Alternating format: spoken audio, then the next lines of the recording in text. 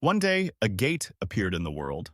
A similar phenomenon is observed in every corner of the world, a ubiquitous phenomenon that is harmless to the human body.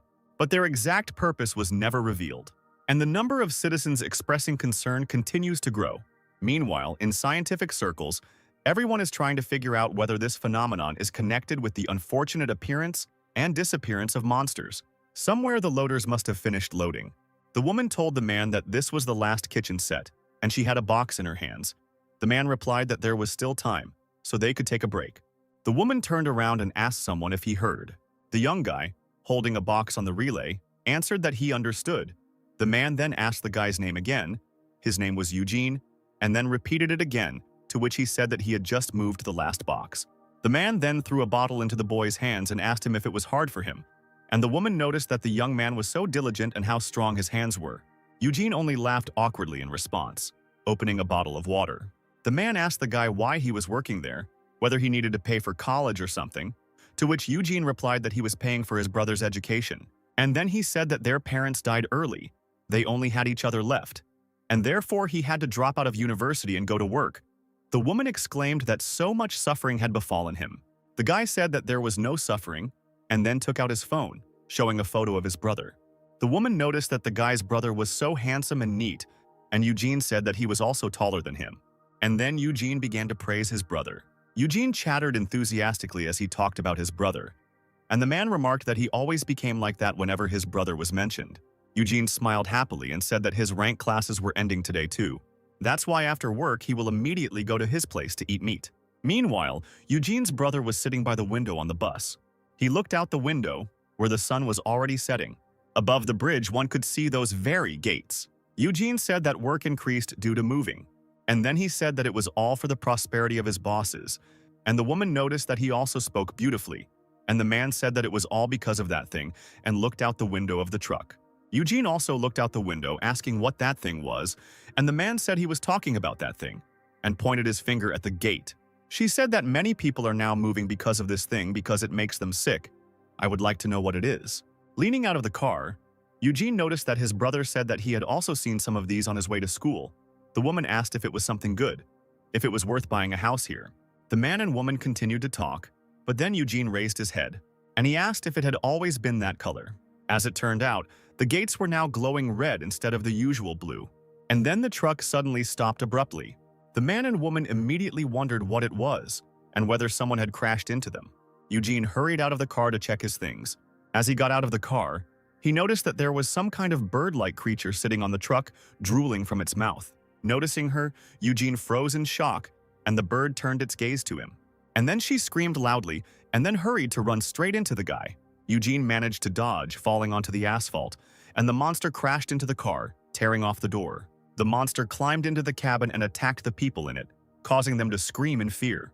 The screams continued and Eugene sat on the ground, unable to do anything because of fear. As it turned out, these monsters were flying out of the gates, causing people to run away in panic. It turned out that the gate was connected to the dungeon, another world, through which monsters from it entered the world. An uncleaned and abandoned dungeon bursts when it reaches overflow. Dungeon break. The moment when the dungeon breaks and demonic beasts come out, and in a state of simultaneous dungeon strikes, only in their country hundreds of people were injured. Many died. Eugene jumped to his feet and grabbed some kind of iron rod. Coming closer, he shouted to the lizard to come out of there immediately. He was about to threaten her with his stick, but then he noticed something. As it turned out, someone's strong hands were squeezing the monster's jaws, and surprisingly, it was Eugene's boss. The woman screamed at her husband to take advantage of the moment and get out, and the man asked what was wrong with her hands. The woman replied that she didn't know either.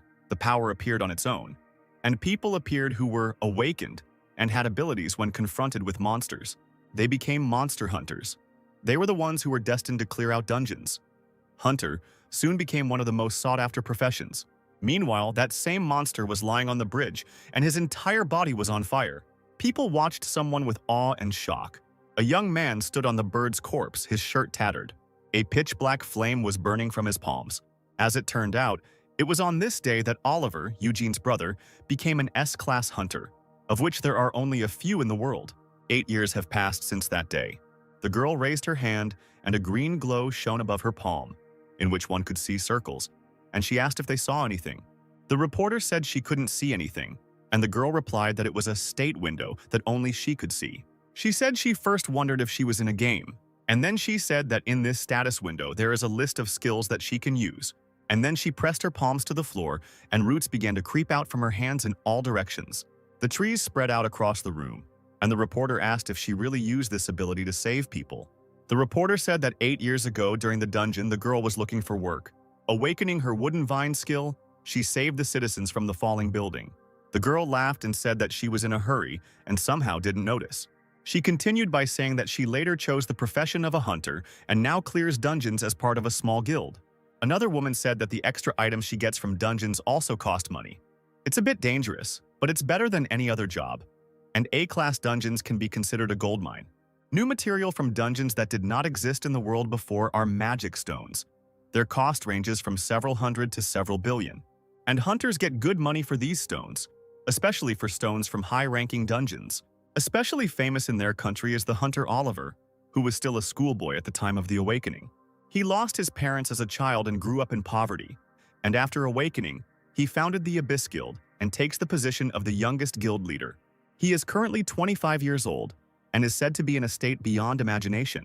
The reporter asked the girl if she had also become rich, to which she replied that she was only an E-class, and then she said that if she continued to work she would save up, and she would like to save money for the education of the younger ones. This was the last interview of this hunter. She died while clearing the dungeon.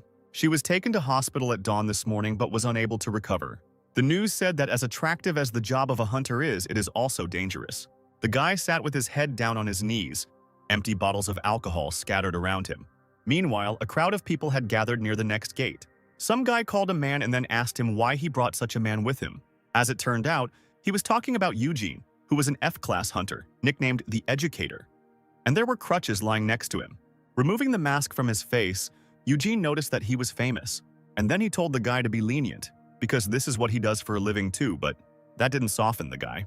The man put his hand on the boy's shoulder and said that few hunters would respond to such a small reward. But the guy replied that he was a magnet for trouble, because everyone else who was with him died. Eugene began to rub his hands nervously when the boy said that he was even abandoned by his incomparable younger brother. He went to his phone to find an article that said he never even visited him once when his leg was ground into powder. But then Eugene rose to his feet and grabbed the guy by the collar, and then he told him to shut up already. With wild eyes, he said that it was none of his business or anyone else's.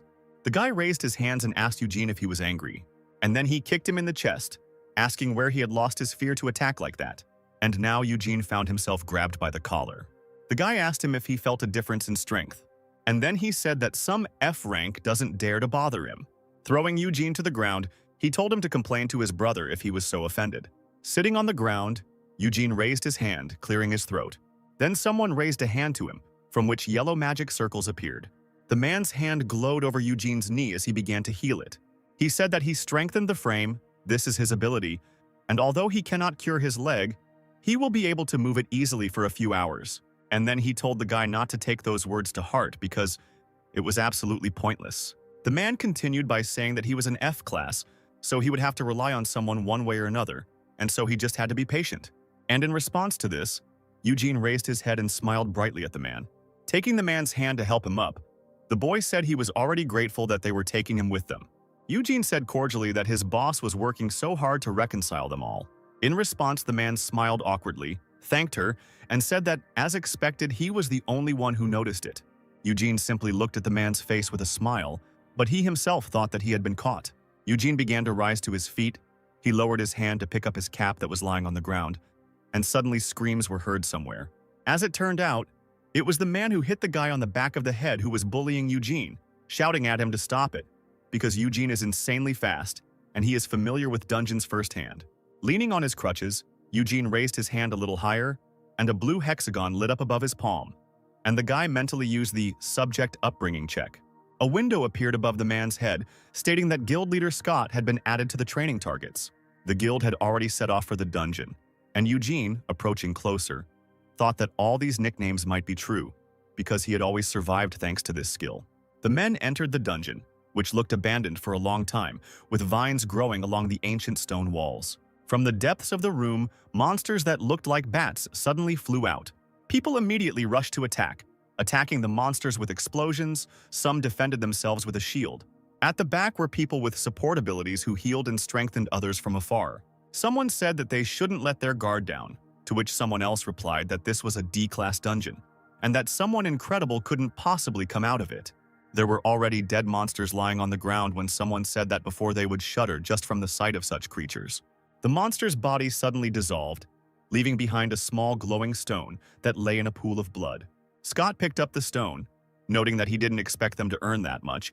A guy came up to him and said that with that size, even a D-rank stone would be expensive. And then he called out to Eugene, who was mining with a pickaxe, and he reminded him that 80% of his production would go to commission. Eugene turned around holding a small stone in his hand, and he said that there was nothing more serious than this waste. To which they replied that the magic stones of their monsters were their prey, and if he did not want to die of hunger, then he should dig hard. Eugene felt like he was Cinderella being ordered around by her older sisters, and the boy continued by saying that if he was caught hiding anything, he would be stripped naked and hung on the pillory. Still, Eugene began to diligently hammer his pick into the stone, cursing and saying that these bastards were treating him like cheap labor. He started singing to amuse himself, but he sang about how he was no different from Cinderella. The boy stopped, sadly singing about how he was a young orphan, and then he thought that he had lost his parents. Even his younger brother had turned away from him, and after waking up, he left home. And he didn't listen to him when he asked him to stop, when he said that it was dangerous. And while Eugene was in the army, his brother Oliver gathered hunters around him and created the Abyss Guild. As the Abyss became recognized as the strongest guild in the country, Oliver became more and more unattainable, and the abandoned Eugene was left behind. Eugene's head was filled with thoughts of what might happen if he, too, awakened as he wanted to awaken. Having spent all the money he had left after quitting his job, he found a broker who promised to wake him up. He fell for their flattering promises that they would take care of him since he was an S-class brother. He did a lot of dirty deeds, after which, although late, he woke up, but he woke up only as an F rank. People began to whisper, discussing the fact that Eugene had been knocking on doors, begging to be accepted into the Abyss. Someone told him that they believed him. Since he called himself the elder brother of the Abyss, they supported him, so now he must repay them everything. Eugene's name was now constantly on everyone's lips in the press, and he himself found himself in debt. Oliver, coming to him one day, asked him how long he would make him clean up after him. He said that his nickname, which he received upon awakening, was Educator, because he educated the S-class. Oliver asked him if he was ashamed of such a nickname. Leaning towards his ear, he said that he was not a teacher, but someone who only bound his hands and feet. Eugene was injured time and time again in the dungeon. He could no longer even use his leg, and Oliver refused to help him, providing the help of a doctor. Oliver said that everything should work out well, because he won't encounter any more troubles in the dungeons. Turning around, he asked his brother to live quietly from now on, and to stop tying his hands and feet. Meanwhile, Eugene, lost in his memories, hit the ground with his pickaxe. A blank expression appeared on his face as he stopped and stared at the ground.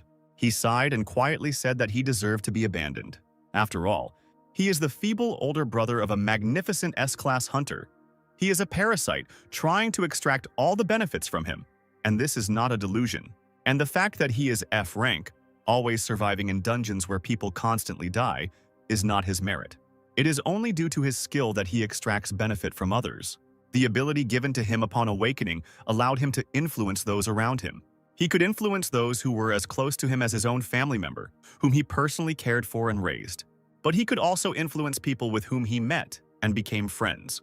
If he applies his code word to such subjects, they become his pupils.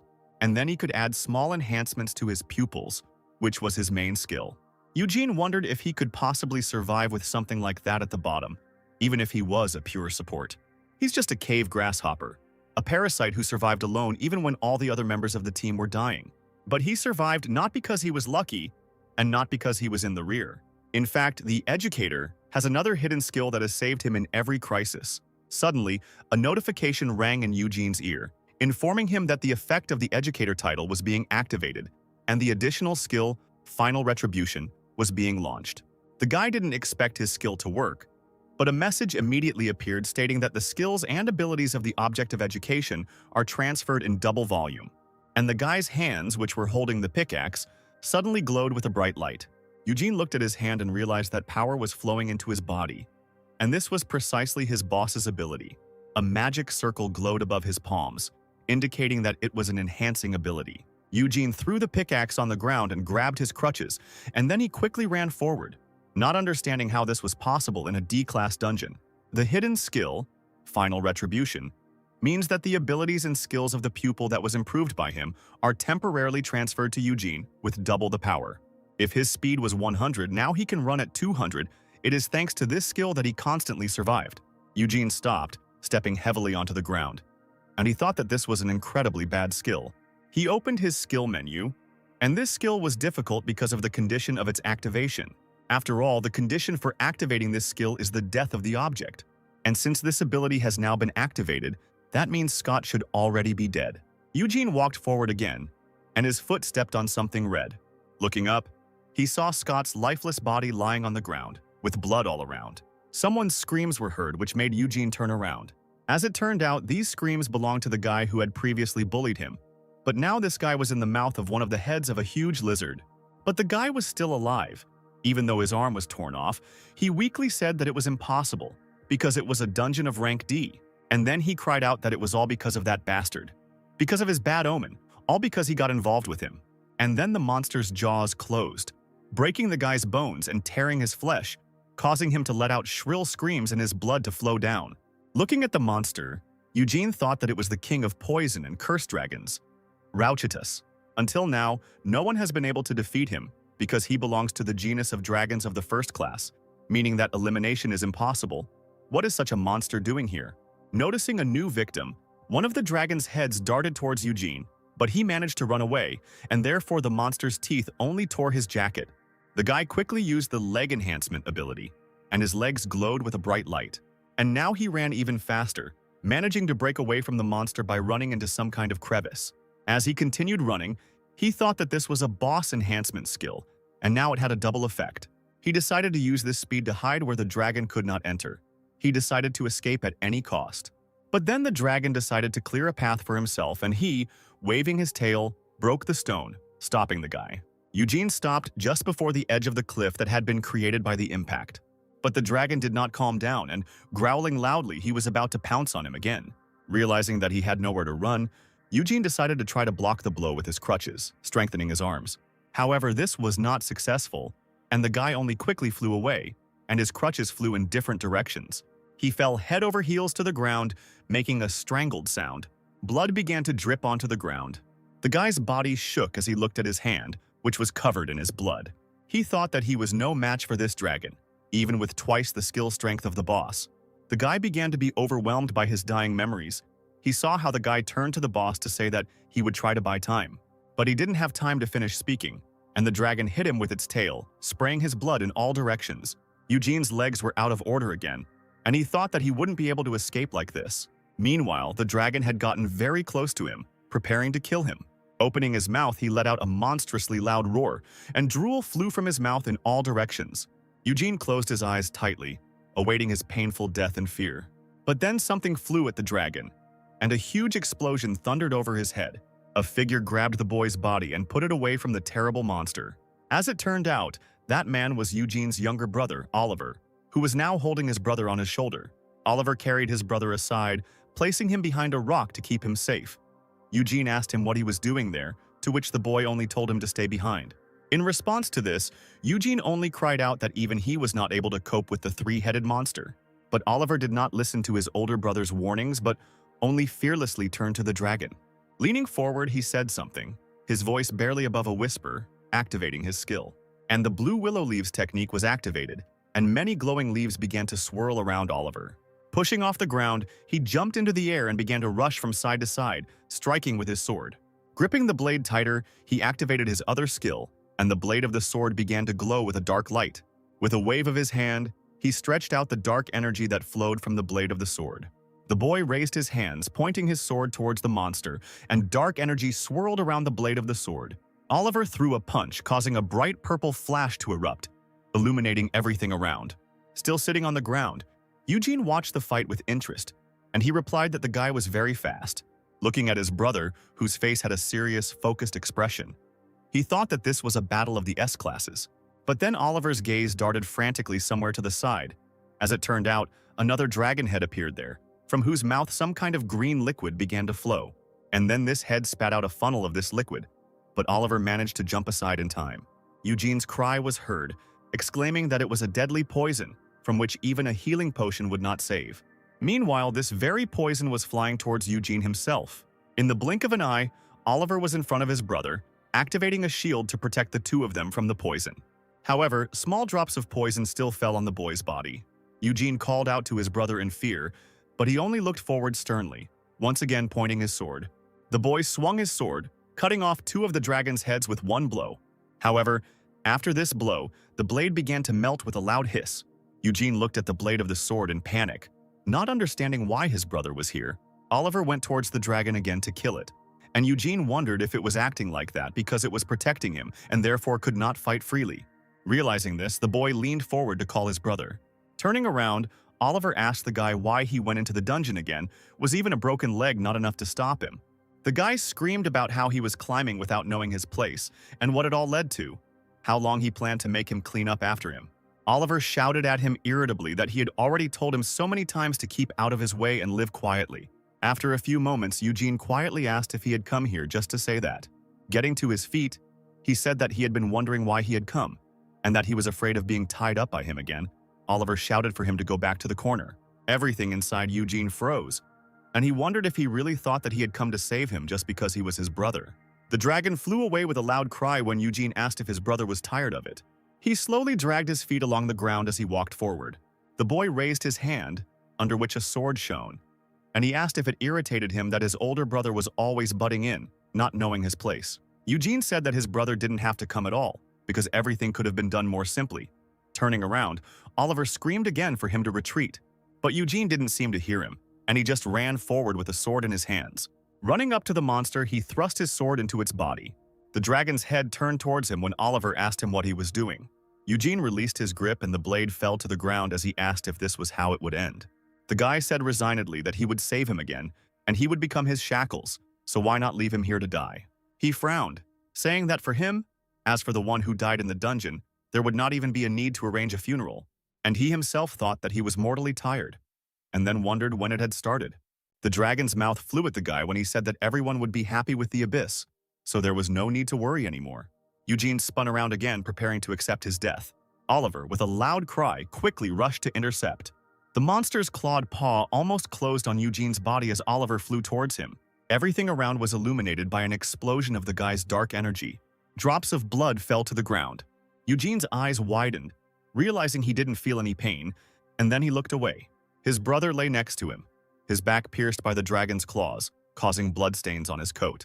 Oliver and Eugene were brothers who had no one else, and especially after the death of their parents, they had no one.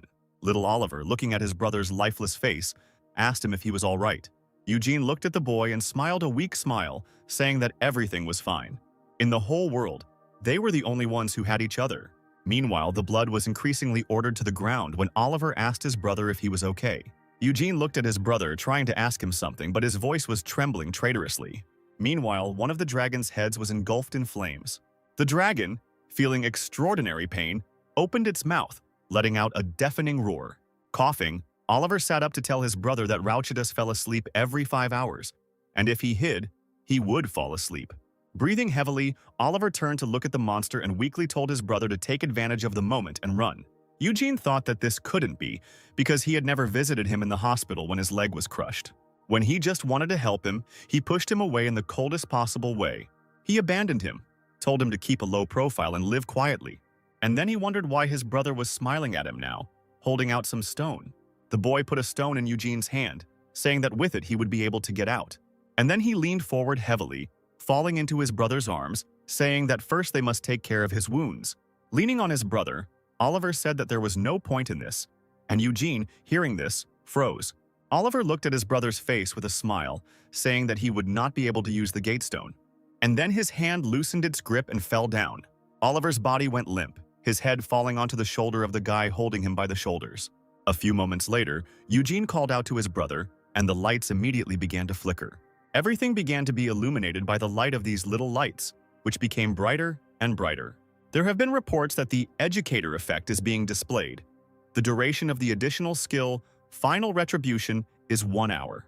Eugene's tears began to flow as his brother's skills were transferred to him in bright flashes. A whirlwind of shining flashes engulfed Eugene, who was holding his brother's body in his arms, while the dragon was preparing to attack again. And then, something shook the earth. The dragon's huge paw hit the ground, destroying it and shaking everything around. Embraced by the soft blue glow of the blue leaves, Eugene, with his brother in his arms, rose to his feet and then flew higher. When the earthquake ended, he landed back on the ground. Cursing, Eugene hugged Oliver's lifeless body tightly. His brother's dark energy glowed around his fingers. And then, from Oliver's chest, his shining blade appeared. Eugene took out the weapon and carefully laid his brother's body on the ground. He pressed himself against him again, holding the weapon out in front of him, saying that even now he was doing this to him. The enraged dragon rushed forward, and the guy just calmly rose to his feet. As the dragon came even closer, Eugene quickly jumped up, striking the weapon at its neck. Looking down, he noticed that it was too slow, and then he swung his spear, causing everything around him to become illuminated with a bright light as he cried out that he had twice the strength of his incredible brother. Eugene struck, and the dragon, bleeding, began to fall to the ground. And again memories began to penetrate the boy's head, and his brother said that since he had awakened as an F rank, he could not contact him. He thought about keeping him away, even further than he was now. If his brother became his weak spot, they would definitely target him. Meanwhile, Eugene rushed forward again. Rising again, the dragon met the guy with an angry cry and he only pushed away from his head. He jumped high into the air, throwing his spear arm back, and then he turned around to strike. In his mind, he had a picture of his brother's upbringing, where he told his subordinate to continue to observe and report. He said that by becoming a hunter, his brother would not be able to be properly protected by the law. When Eugene ended up in the hospital, Oliver blamed himself for not being able to stop it. He ordered his subordinates to deal with these bastards at all costs who did this to his brother's leg. In a bright flash, Eugene flew down, striking the dragon's food. Memories appeared again, namely about the day when he came to ask the doctor for help. Oliver ordered his subordinates to make it look like he was forced to help him financially just because they were brothers. Oliver pressed himself against the window, quietly saying that it would be better this way, because he would not go to the dungeon anymore. And then he sat down on the floor, exhausted, apologizing to his brother and praying that he would not go to the dungeon again. Finally, everything in the dungeon became quiet. It started to rain, and Eugene stood astride the huge carcass of a dragon, which was now definitely dead. The guy smiled weakly, asking who the bastard thought he was without even saying a word. Tears were streaming down the boy's cheeks as he leaned on his spear and said that he hadn't expected this. He had really broken him, tying his hands and feet. He noticed that the time of the last retribution was ending, and when time runs out, he too will die from the poison of Raucatus's internal fluids. The guy started thinking about what he had done if only he could change everything. And then a message appeared saying that an impossible achievement had happened. He had killed the dragon. A message has appeared stating that the legendary title, Dragon Slayer, is being awarded. The reward is 10 gate stones, 5 acquired Class 1 liquids, and the Great Sword of the Scarlet Dragon. And also a wishing stone is given out, which can fulfill any one wish, and a strange stone began to shine in front of the guy. Eugene stared at him in amazement, asking if he could really do anything. He then rushed forward to ask for his brother to be resurrected. But before he could finish speaking, a message appeared stating that the stone would do anything except resurrect the dead. Eugene fell to his knees, holding the stone in his hands, and he asked in a panic what he should wish for then. He wondered if he could become stronger than Oliver if he wished for it. He will be able to become what he wanted to be for so long, and maybe even more. But then he asked the wishing stone to turn back time, to return him to a time when his younger brother had not yet died. Eugene stood up, holding the stone in his hands. He said that he would no longer go to the dungeons and would live quietly, so let him return it in time before he woke up. A message appeared asking the guy if he was sure about his desire. Eugene's gaze softened, and he replied that he was sure his face was illuminated by the soft light of the wishing stone. And then the stone began to glow even brighter, and steam began to emanate from it in all directions. Eugene calmly closed his eyes, thinking that even if he regretted it, he would not allow something like this to happen again. And the next moment, Eugene jumped up, his eyes wide open. As it turned out, he was no longer in the dungeon, but sitting somewhere on the couch. Looking around, he realized that these were his brother's rear guilds. Looking at his body, he asked if he really had returned to the past. Taking out his phone, he looked at the date and noticed that he had gone back 5 years, and then wondered why he was in the Abyss building. And then he realized that he had hit the day when he found the Awakening Broker. He went, not suspecting that it was a scam, took the money with him, and then he was grabbed and dragged into the abyss. He thought that he would be able to catch up with his brother as soon as he woke up. Eugene leaned against the sofa, suddenly realizing that he was going to come here now. And at that very moment, someone's footsteps were heard outside the door. And then the door swung open, and a guy came into the room, telling his brother what he said. He asked him how much more he needed to repeat before he would allow himself to end up here. Eugene looked at his brother, his eyes immediately becoming moist. The only word that rang through his mind was back, as he rushed forward towards the boy. Eugene jumped up, wrapping his arms around his brother. Not understanding anything, Oliver called his brother. Eugene pressed himself against the guy, thinking what a relief it was that he was alive. And then he said a quiet, "Sorry." Without looking up, Eugene said that it was his fault. He had behaved so unreasonably. Oliver's eyes widened slightly as the boy continued, saying that he was sorry for both. For everything. Still dumbfounded, Oliver asked Eugene if he was going to get into more trouble, to which his brother shouted that he was not. And then he reached up to put his hand on the back of his brother's head, and he said he just thought about it on his way here. Eugene put his hand on the back of the boy's head and pulled him close, saying that he was only 20 years old now. And all this time he suffered so much alone and in the guild, and he, as the older brother, was long overdue to understand this earlier. Pulling back to look into his brother's face, Eugene said that he wouldn't make such a fuss anymore. He wouldn't give him any more headaches. Having recovered a little from the shock, Oliver hesitantly placed his hands on his brother's back, and he thanked him for these words. Eugene blushed a little and thought that this was such a relief, even though he felt a little ashamed now. He was glad that at least now everything could be returned back. And they were brothers who had no one but each other, and so they will remain. Eugene, again moving away from his brother, put his hand on his shoulder and with a joyful smile said that he loved him. He thought that now he would forget about Awakening and the hunters, and would just sit quietly in his place. But then a message appeared that the recording of the awakened Eugene was complete. There were reports that the titles of Dragon Slayer and Ideal Educator were obtained. The additional skill, My Baby is the Best, was launched, and the growth rate of Oliver's fosterling was increased by 2 times. After a while, there was a saucepan on the stove in which something was cooking, and a frying pan in which eggs and bacon were being fried. Oliver, who was wearing an apron, turned to his brother and said that everything would be ready in a moment, so he should sit quietly. Eugene responded almost immediately, saying that he would do so. Sitting at the table, the guy felt this awkward atmosphere that was weighing on him. Earlier that day, before going back in time, they had another fight and Eugene simply ran away. Turning back, the guy stared at Oliver's back and thought that it was good that they made up. But he never expected that they would have dinner together.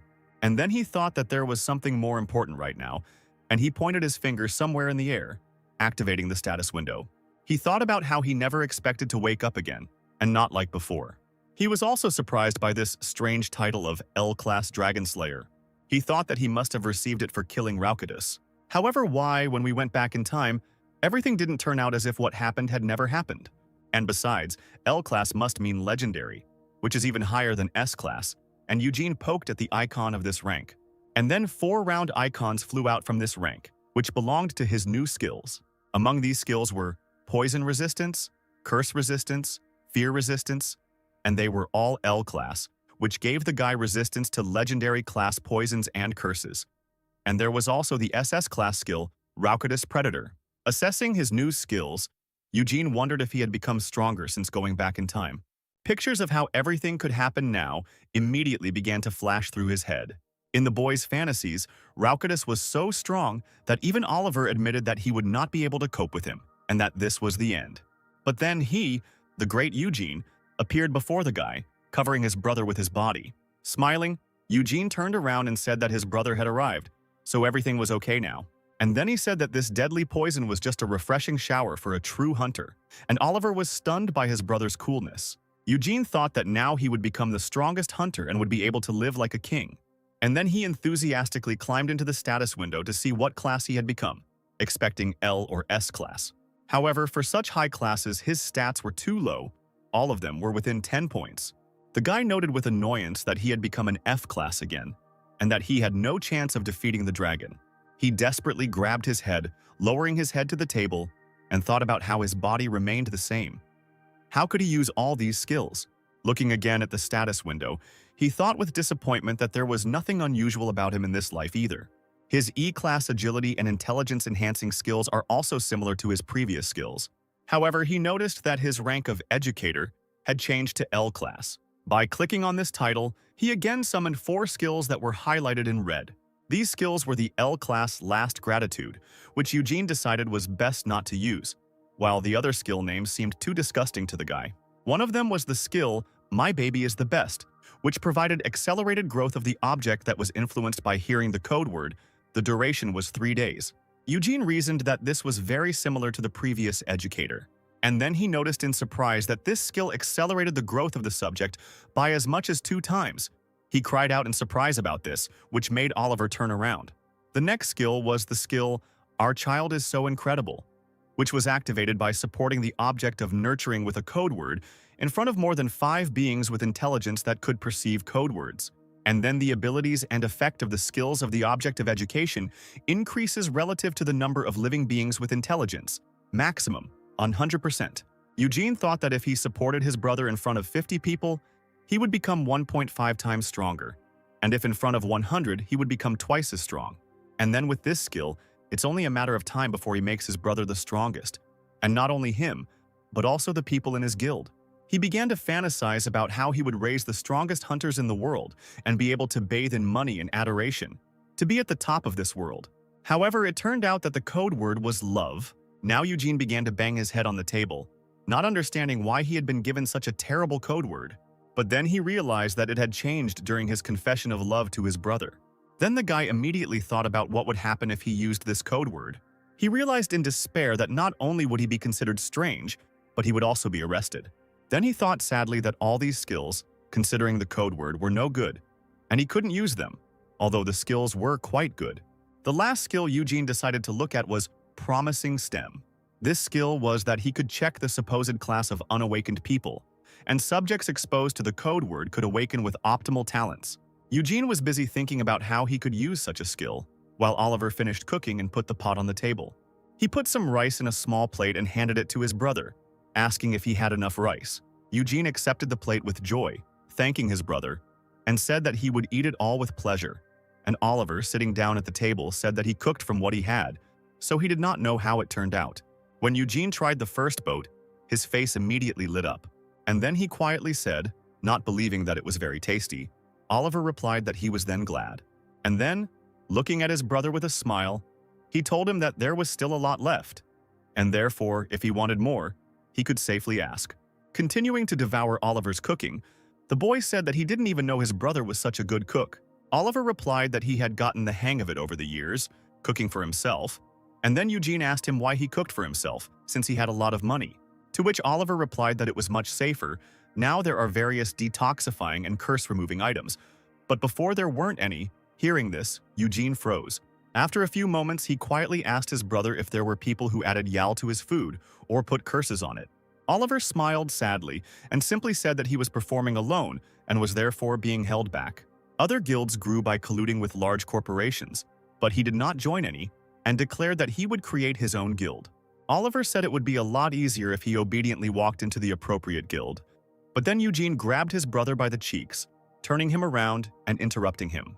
Eugene cried out, asking why he, the bastard, had never told him about this before. Oliver, in response, looked away and told his brother to remove that expression from his face because he himself chose this path. And then he said that one thing tormented him, namely, that because of his behavior their relationship worsened. He followed him and interfered in every matter, trying to make sure that he did not catch their eye. He constantly deliberately distanced himself, afraid that they would touch his only brother. Eugene put his hand on his brother's shoulder and exclaimed that he should have just said it, to which his brother replied that he didn't mean to burden him. The smile fell from the boy's face as he continued, saying that he then felt like he wouldn't understand. And then he said that it turned out he was wrong, and he reached out to put his hand on the hand that was on his shoulder. Smiling again, Oliver said that his brother still thought about him and cared about him, and he also apologized and said that he loved him. The boy smiled brightly and happily, thanking his brother for saying so, despite how cruelly he had behaved. Feeling awkward about the fact that he was about to burst into tears, Eugene began frantically putting food on his brother's plate, saying that there was nothing to thank him for, since it was because of him that he had suffered so much. Afterwards, they had a pleasant time at dinner, and Eugene thought how good it was that he turned back time. It was the best choice he had ever made in life. After a while, Oliver's phone beeped. The guy looked at it and said that he had work, so he needed to go. As he rose from the table, He said that he wanted to say one more thing before he left. As he took off his apron, he told his brother to delete the broker's wake-up contact, and Eugene immediately reached for his phone. And the boy said that anyway, the broker wouldn't answer him now, even if he tried to contact him. As Eugene deleted the contact, he wondered if this meant his brother had gotten rid of those brokers, and Oliver watched closely. Oliver threw his coat over his shoulders and said that he would go now. Eugene waved his hand at him, saying that he would take care of the rest. Touching the door with his hand, Oliver asked him what he was talking about, and then he said that his brother would not go anywhere else. Smiling, he told him that now he would live here and would not have to go anywhere. Hearing this, Eugene froze somewhat frantically, comprehending his brother's words. And then he cried out, asking what this all meant. "He can't get out of here anymore?" Oliver, with a smile on his face, simply replied that it was dangerous outside and therefore he couldn't go out. Then, Eugene said that he walked around the area fine in the morning, there was nothing dangerous, scratching his chin. The guy replied that the situation was different from the morning. Now that they are close again, he is no longer as safe as he was before. He's been fine so far because he's kept him at a distance, but now his enemies are going to target him. There's no telling when they might try to take his life, so how can he let him roam around alone? With his arms outstretched, illuminated by a bright light, like an angel descending from heaven, Oliver said that from now on, his brother would only be here. And the next second, Eugene jumped out of his chair, screaming that he was crazy, and he quickly ran to the exit door. But suddenly bars appeared before his eyes, blocking his path, causing the guy to scream in fear. A voice called his name from behind him, and Eugene let out another cry of fear. The man handed the guy a document, and he said that they had transported everything he asked for here, and then asked him to sign the document. People immediately appeared and began to bring in boxes with Eugene's things. And Oliver said that even if his brother went home, there was nothing there. Now this was his home. A frightened Eugene screamed, asking his brother what he had done here. In response, the guy simply asked what was wrong with that. And then he said that he himself said that everything was fine. His brother apologized, said he loved him, accepted everything he had done so far.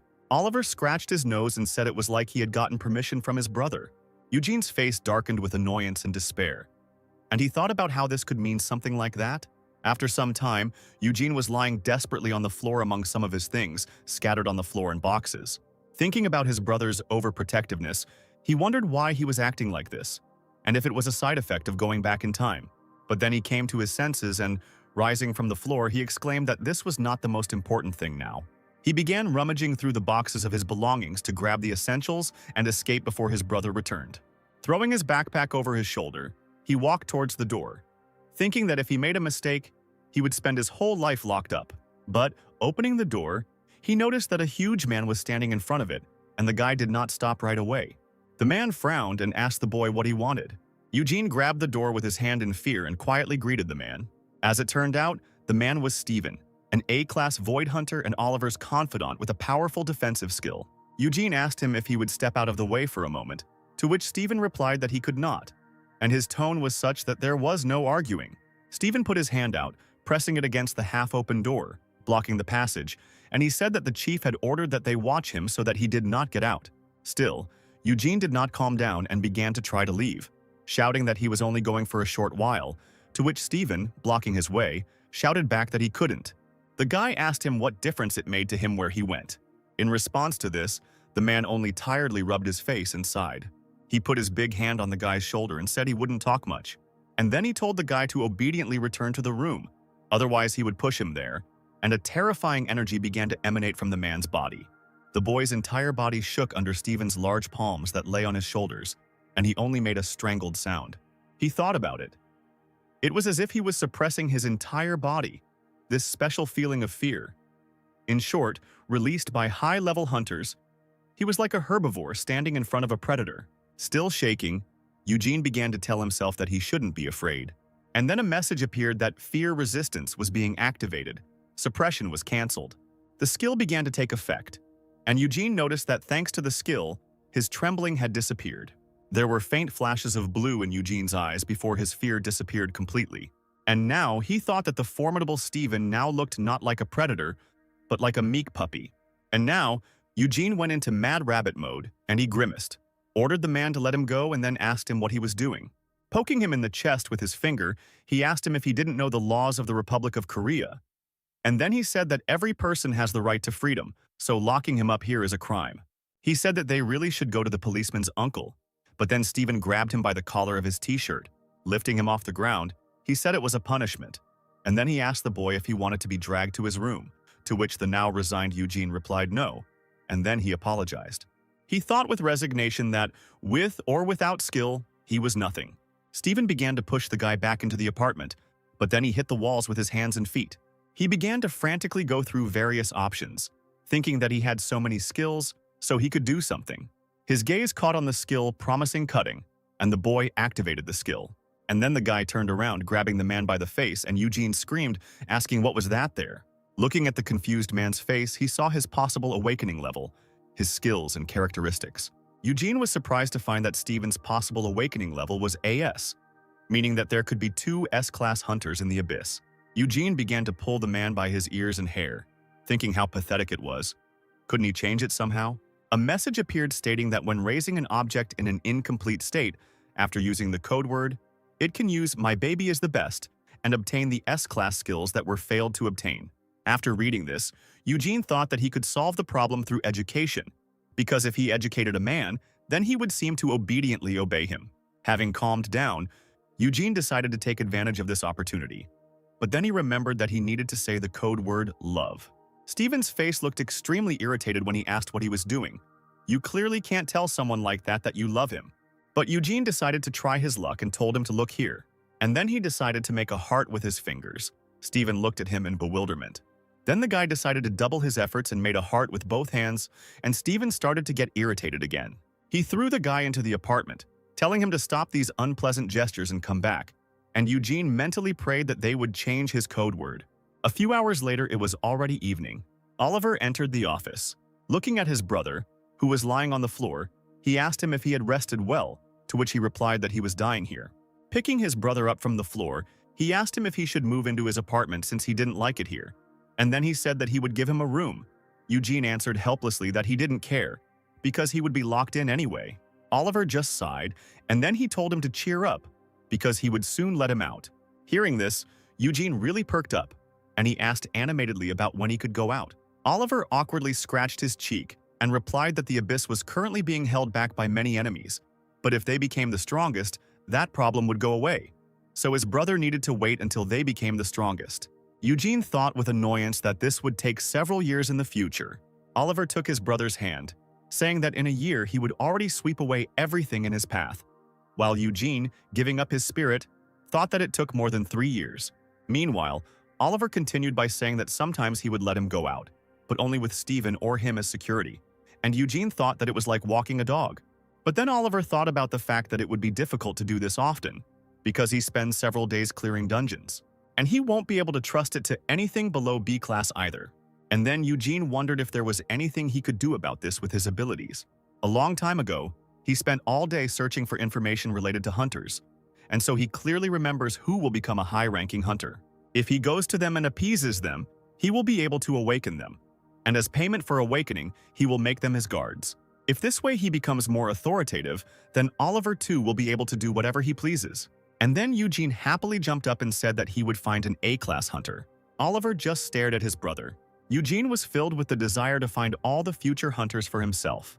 And since this is how it turned out, he needs to look for small children who are easy to convince. He will appease them well and raise them to be his personal hunters. Kneeling down, Eugene spread his arms, saying that he would find himself some A-class bodyguards, and then he should give him freedom. Then Oliver asked him how he would do it. In a panic, the guy began to talk about how he had different methods. Suspecting something, Oliver asked his brother if he had awakened. He ran up to him, asking various questions about his skill of being able to search for high-ranking hunters, worried that he would now be targeted even more. Eugene thought that he must not tell the truth under any circumstances, otherwise he would end up in eternal confinement. Giving up, he revealed that he was only an F-class. He said that he can determine the strong and weak class of the supposed awakening, and cannot do more than 1 awakening per month. Oliver reasoned that this would prevent his brother from becoming a target. And then he said that an alternative would soon appear, namely, a center for awakening, and the mechanism had already been revealed. Eugene scratched his face and realized that the center was not yet open at this time. And when he appears, then any person will be able to safely awaken, then the number of scammers will decrease, and there will be no people who could benefit from his skill. Smiling, Eugene quietly noted that everything had worked out well. He smiled happily and said that it was a useless skill, so there was nothing to worry about, and therefore he should just give it a chance. Oliver had already promised to give him freedom, but then he changed the subject, suggesting that they decide where he would move, and Eugene just jumped up happily. He thought that his brother wouldn't be able to keep him locked up because he would wipe out all the S-class hunters.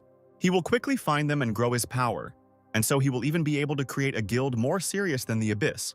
The next day, they went to the South Korean Association, the place where the Awakened were registered.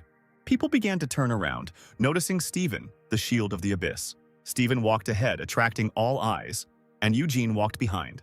People started whispering about who was walking next to Steven and whether a new S-class had appeared. Within minutes, Eugene was registered as an F-class hunter. Eugene and Steven walked back, hearing discussions about why the guy was pretending to be an S-class. The guy thought that he had done the most important thing, so now he just had to pick up the equipment, and he looked at the envelope with money from Oliver.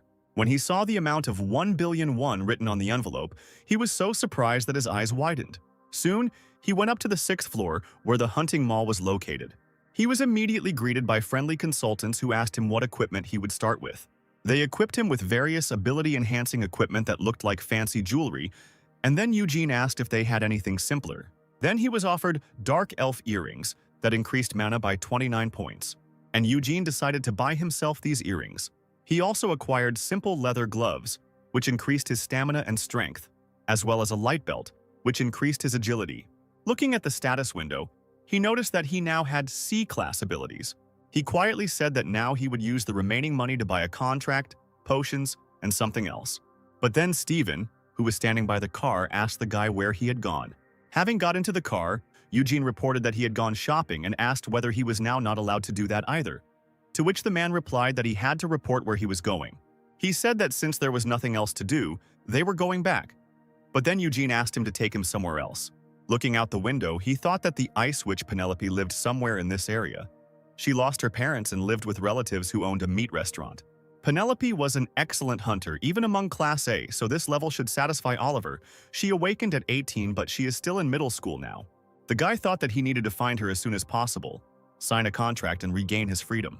It was already evening on the shopping street, and the lights of the shops were shining brightly. Eugene began asking people if they knew Penelope. However, everyone said that they didn't know the girl. Looking around, holding a corn dog in his hand, he said that there were more meat restaurants than he had expected. Would he really have to visit them all? He started to think about when all this would end, but then he smelled fried meat. Steven said that he was interested in why he came here, because there are meat restaurants near the Abyss, to which he only replied that he felt a strong energy here. The man muttered that it was all a scam, to which the boy shouted that he could hear everything. He calmly walked forward, but then a girl came out from around the corner, shouting that, of course, it was all her fault. Hearing this, Eugene looked up from his corn dog and looked ahead, and the girl screamed, asking how many times she had to be told that it wasn't her, but that bastard newbie. A man looked out into the passage and shouted at the girl to think about where she had figured it out, to which she only pulled off her apron, shouting that she hated all of this. And then, screaming that it would be easier to die, she ran forward. Looking at the girl's face, Eugene thought that he had found her. He tried to stop her, but Penelope had already run far away. Eugene handed Steven his corn dog, asking him to hold it. And then he ran forward, thinking about where the girl got such speed from, since she had not yet awakened. The belt on the guy's body glowed with a dim blue light, and Eugene's body quickly accelerated, supported by the power of the equipment. And the guy ran through the streets, creating a wind behind him and thinking that the equipment was the best thing in the world. He ran through the crowd trying to find the girl with his eyes, and then he finally noticed Penelope, who was running a little ahead. And then he called out to her, asking her if she was Penelope, which made the girl turn around. Eugene told her that they needed to talk for a while, and Penelope stopped and asked if her uncle had sent him. And then she ran again, saying that she would not return, and Eugene shouted after her to stop. Penelope ran out onto the road, and immediately a car began to approach her, and the girl stopped. Before the car could hit her, Eugene ran up and pushed away from the car, pushing Penelope out of the way, and they tumbled head over heels along the sidewalk. The driver sat in horror behind the wheel of the already stopped car. The crowd stopped to look at the two. Eugene asked the girl if she was hurt, and afterwards he said that he would have liked the ending to be more exciting. As it turned out, Eugene was sprawled on the ground, and Penelope was sitting on top of him. And she asked him if he was really a hunter, to which he only told her to get off him. After some time, they reached a meat restaurant. Meat was frying with a crackling sound on the stove. Eugene exclaimed happily, saying that he hadn't eaten marbled beef for so long.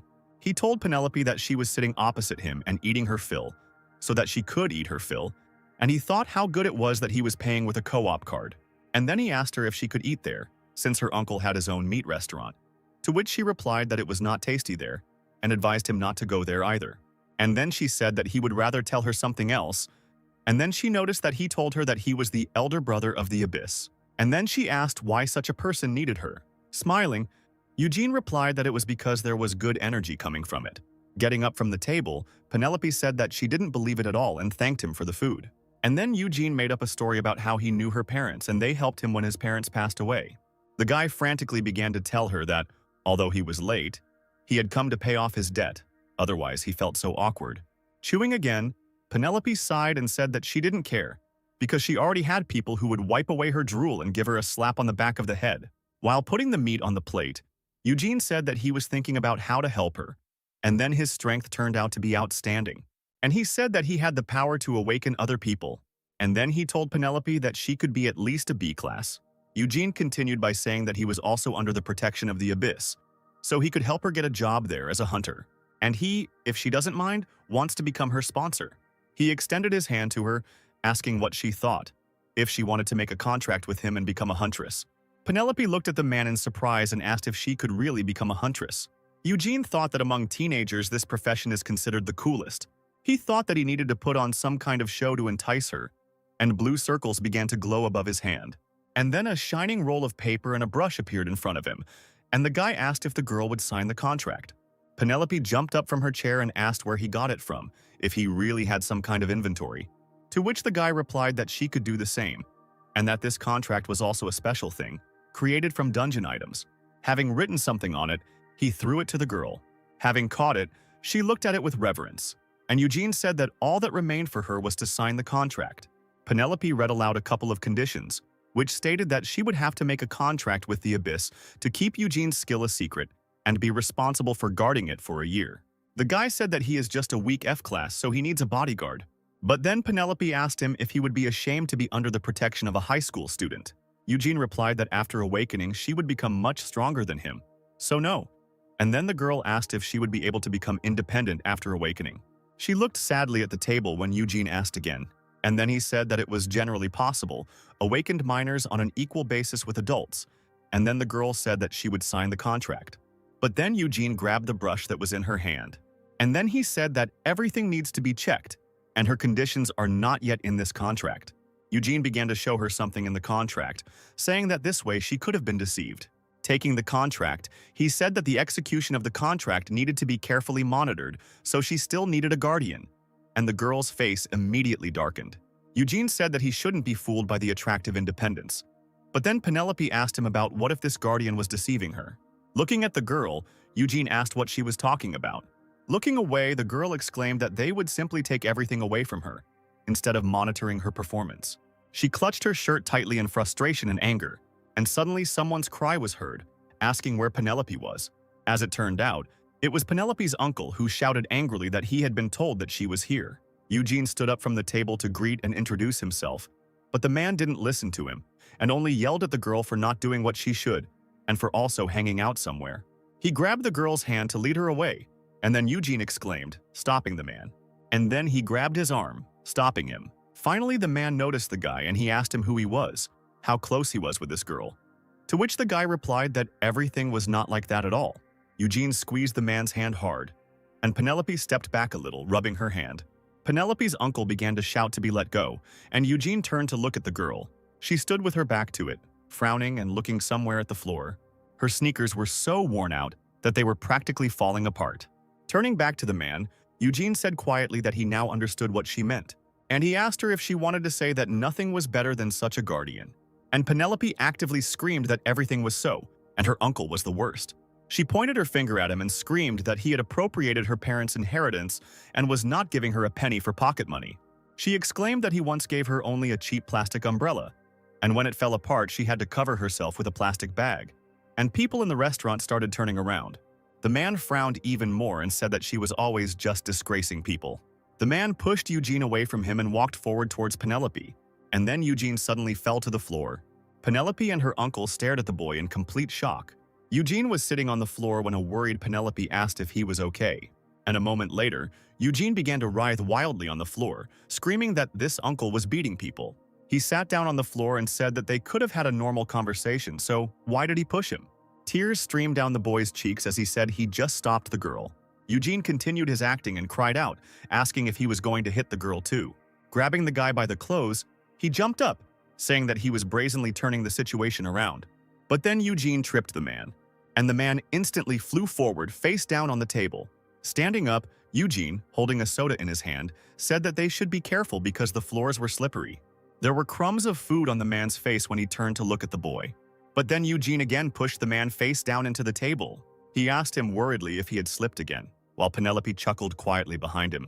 Eugene brought the man's face to the grill, asking him how he was not ashamed to steal from a child. The man screamed in panic. Frowning, Eugene said that he would destroy him if he misbehaved with the girl again. Penelope exclaimed that this BAM sound was just like in wrestling, to which the guy said that this sound was not from him. And then, turning around, he noticed that this sound was coming from the street. And then Steven burst into the room. Meanwhile, something was happening on the street, causing people to panic. As it turned out, a huge black monster with many eyes burst out from under the ground. The monster opened its round mouth, from which some liquid burst out, as well as a deafening scream. People ran away in panic through the streets. As it turned out, there was a dungeon breakthrough nearby. Eugene and Penelope ran outside and Steven told them to move away because it was dangerous. The man, saying that he would stop him, pulled his hand back, and a hexagon began to glow on his fist. Then he hit the ground with great force, causing a bright beam of light to shine. And then the asphalt in front of him formed a high wall that protected them. And then Steven shouted for them to take advantage of the chance and escape. Eugene, in a panic, thought about the fact that there was nothing like this in his memories. So why did a monster suddenly appear? While the boy was thinking about this, Steven crouched down on the ground, telling them to leave quickly. And then he pushed off the ground and flying over the wall, flew forward. He swung his leg sharply, pushing the monster's black tentacles away from the wall. And then, with a bright flash, he landed right on the monster, striking it.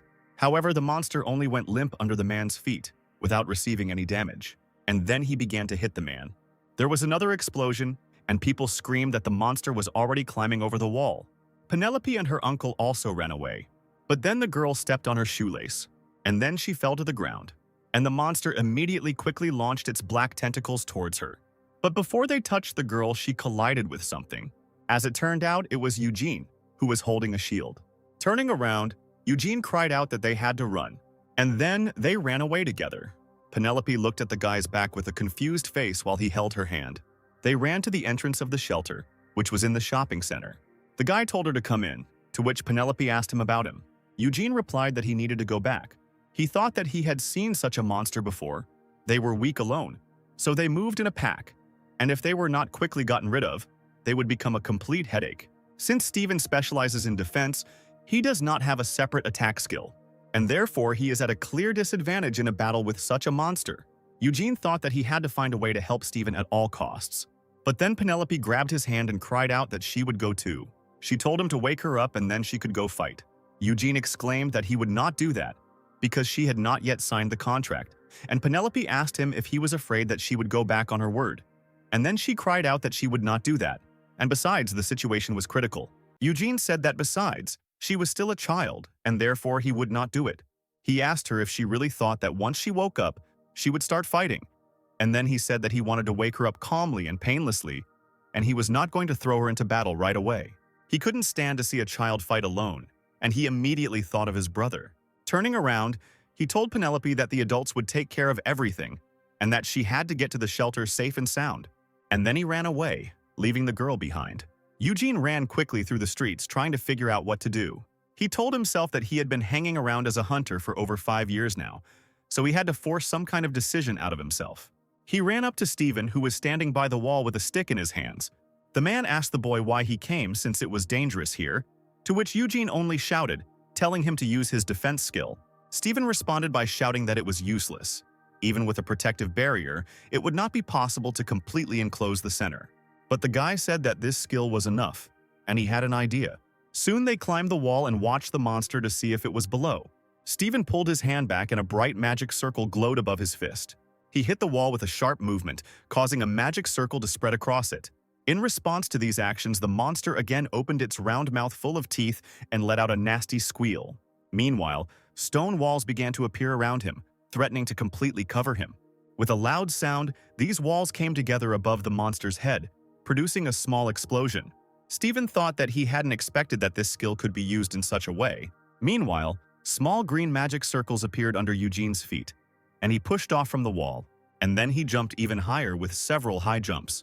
As he flew over the barrier, he thought that if he were to erect such a wall around the monster, it would become a huge cage in itself. And then he remembered that he had a suitable item that he had bought a little earlier.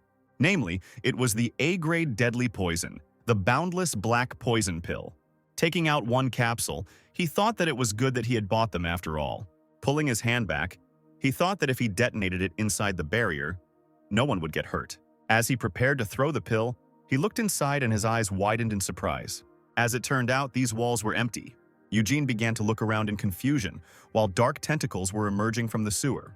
A couple of them rushed forward and wrapped themselves around the unsuspecting boy's leg. Grabbing the guy, the monster quickly burst out of the sewer, destroying the asphalt around itself and lifting the guy into the air. Flying in the air, Eugene thought about the fact that there was no sewerage in the dungeons, and therefore he could not even think about such a thing. Could this really be his end? But then someone hit the monster with a blue umbrella. As it turned out, it was Penelope who stole an umbrella from one of the cafes nearby. As the monster continued to hold Eugene in the air, Penelope continued to hit him with the umbrella, waving it around furiously, and the grip of the tentacles on the guy's leg weakened. Eugene landed skillfully on the ground, and the girl threw the umbrella on the ground and ran away, shouting at the guy to run towards the alley as well. And together they ran away from the monster. Eugene asked the girl what she, a civilian, was doing here, to which she asked him what he, an F-class, was doing here. The guy replied that at least he was awakened and an adult, to which the girl replied that he, who asked her for protection, was not allowed to say such things, and in the meantime the tentacles rushed forward after them. Eugene repeated as he ran that the girl was still little, to which she cried out that she knew it. And then she said that this is exactly why she needs even more power. She thought about how when Eugene saved her recently, she felt calm. She thought that he really wanted to protect her. And this made her angry because it meant that she did not have the strength to protect herself, which is why she had to rely on others. The girl cried out that she wanted to become stronger. She didn't want to rely on anyone anymore because she was small. Doesn't want to wait with a pounding heart for someone else's protection. She wants a power that she chooses for herself and with which she can protect herself. And then she said that he himself told her that she could become stronger. He himself told her that she had such powers, and she told him to then show her how strong she could become. And in the meantime, the monster's tentacles shot forward and began to tower over the boys. Eugene and Penelope stopped and looked up in panic. They grabbed each other's hands and everything around was filled with bright flashes of light. The flash of light became even brighter, hiding the boy and girl from view, and the monster struck with its tentacles. Steven ran out with a spear in his hands, asking how this happened. Meanwhile, Penelope flew above the ground and stopped the monster's tentacles, freezing them, causing a magic circle to glow above her fingers. There were reports that the cold skill Icy Breath had been activated. The registration of the awakened Penelope was being completed, and the girl exclaimed that she was an S-class. Steven stood there dumbfounded, looking at Eugene and Penelope, and the girl began to enthusiastically talk about her skills, but Eugene interrupted her, saying that they were not something to talk about in public like that. The monster's tentacles, buried under the rubble, cautiously emerged and looked around, and then they suddenly rose up behind Penelope. Eugene called out to the girl, noticing that the tentacles had approached her and were beginning to wrap around her arm. The girl screamed out of fear and waved her hand, hitting the monster against the wall, causing it to crumble into small pieces. Seeing the girl's strength, Steven and Eugene froze, and their faces darkened. The monster was pressed into the wall, in the depression made by Penelope's hand. The girl beamed and exclaimed that she would figure it out herself from now on.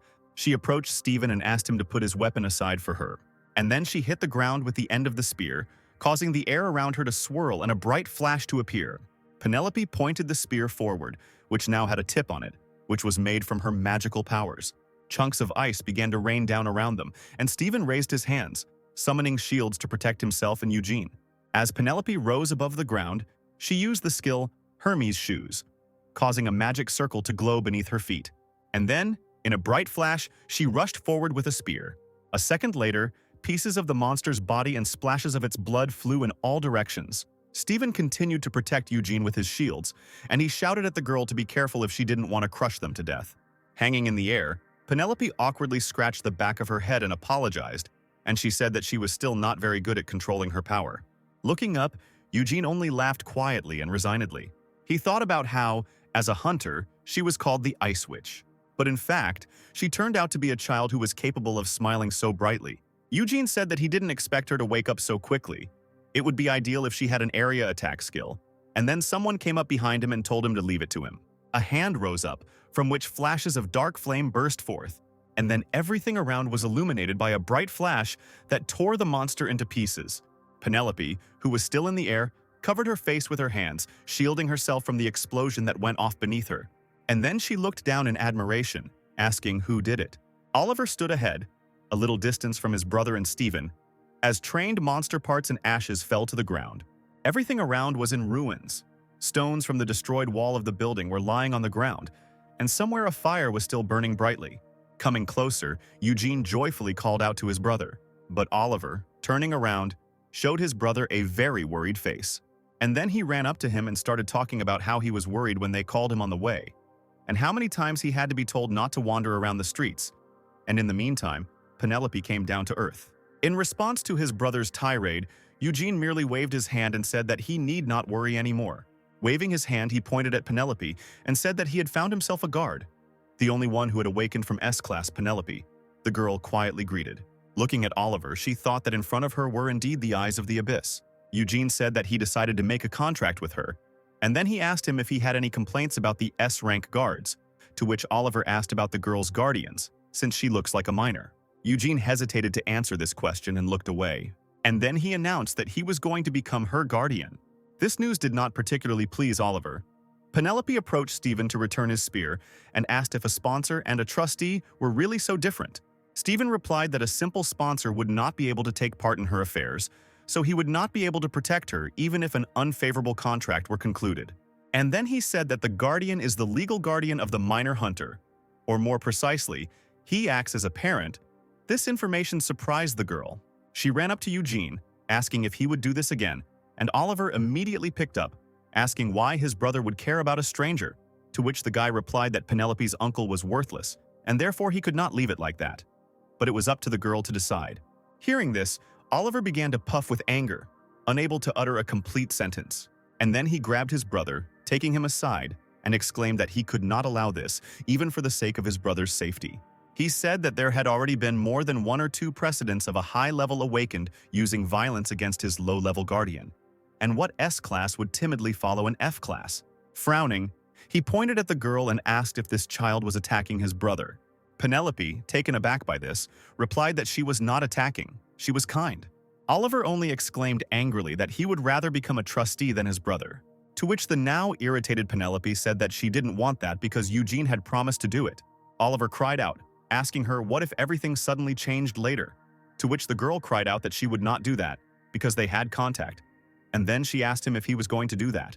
Eugene tried to intervene in the conversation, but Oliver grabbed his brother and led him back, saying that they had nothing more to do here. But Penelope grabbed Eugene's arm, stopping him. However, she grabbed him too sharply, and therefore his humerus came out of its normal position, making a crunching sound. The boy leaned back slightly in pain, and his brother asked him if he was okay. Penelope also did not stand aside. Oliver asked his brother if he had seen the potion, or if he should call a doctor, to which Eugene only called his brother and pointed his finger at him. And then he asked him if that was really how he raised him. And then an irritated Eugene, pointing his finger at the guy's chest, shouted that choosing a guardian was Penelope's right, so why was he interfering? And moreover, he should be happy that he brought a new S-class to his guild. And then he waved his hand towards Steven, asking why they should go home when things had not yet been put in order here, and he was still making Steven wait.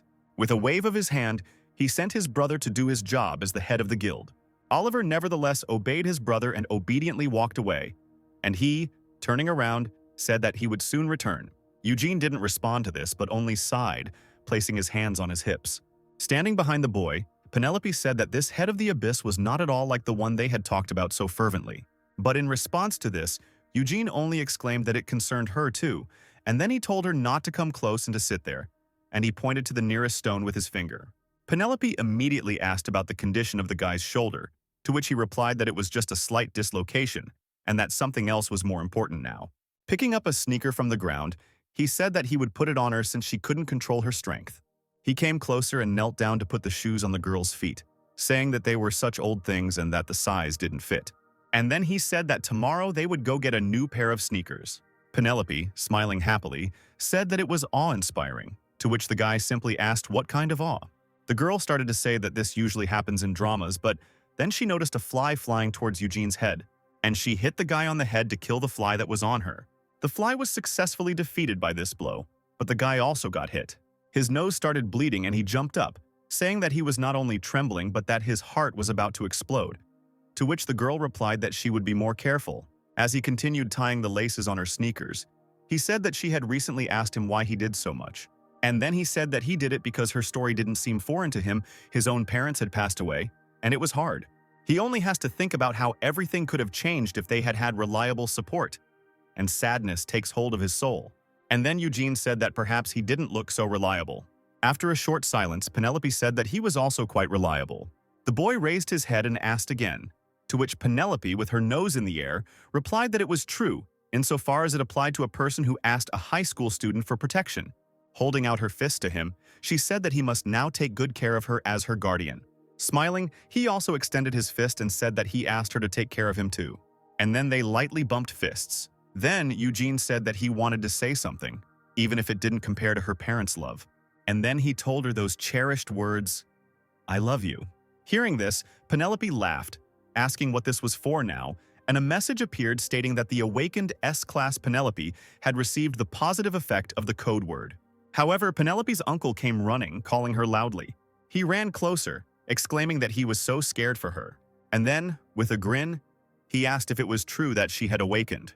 And then he said that they say that the awakened ones make a lot of money, and it turns out that there is still one problem left. Coming closer, the man said that he was so worried when he lost her.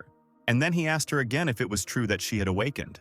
Sighing, the girl replied that everything was so, she was an S-class. In response to this, the uncle exclaimed, "Then now they will have a mountain of money." But then the girl, turning to Eugene, said that she was leaving home.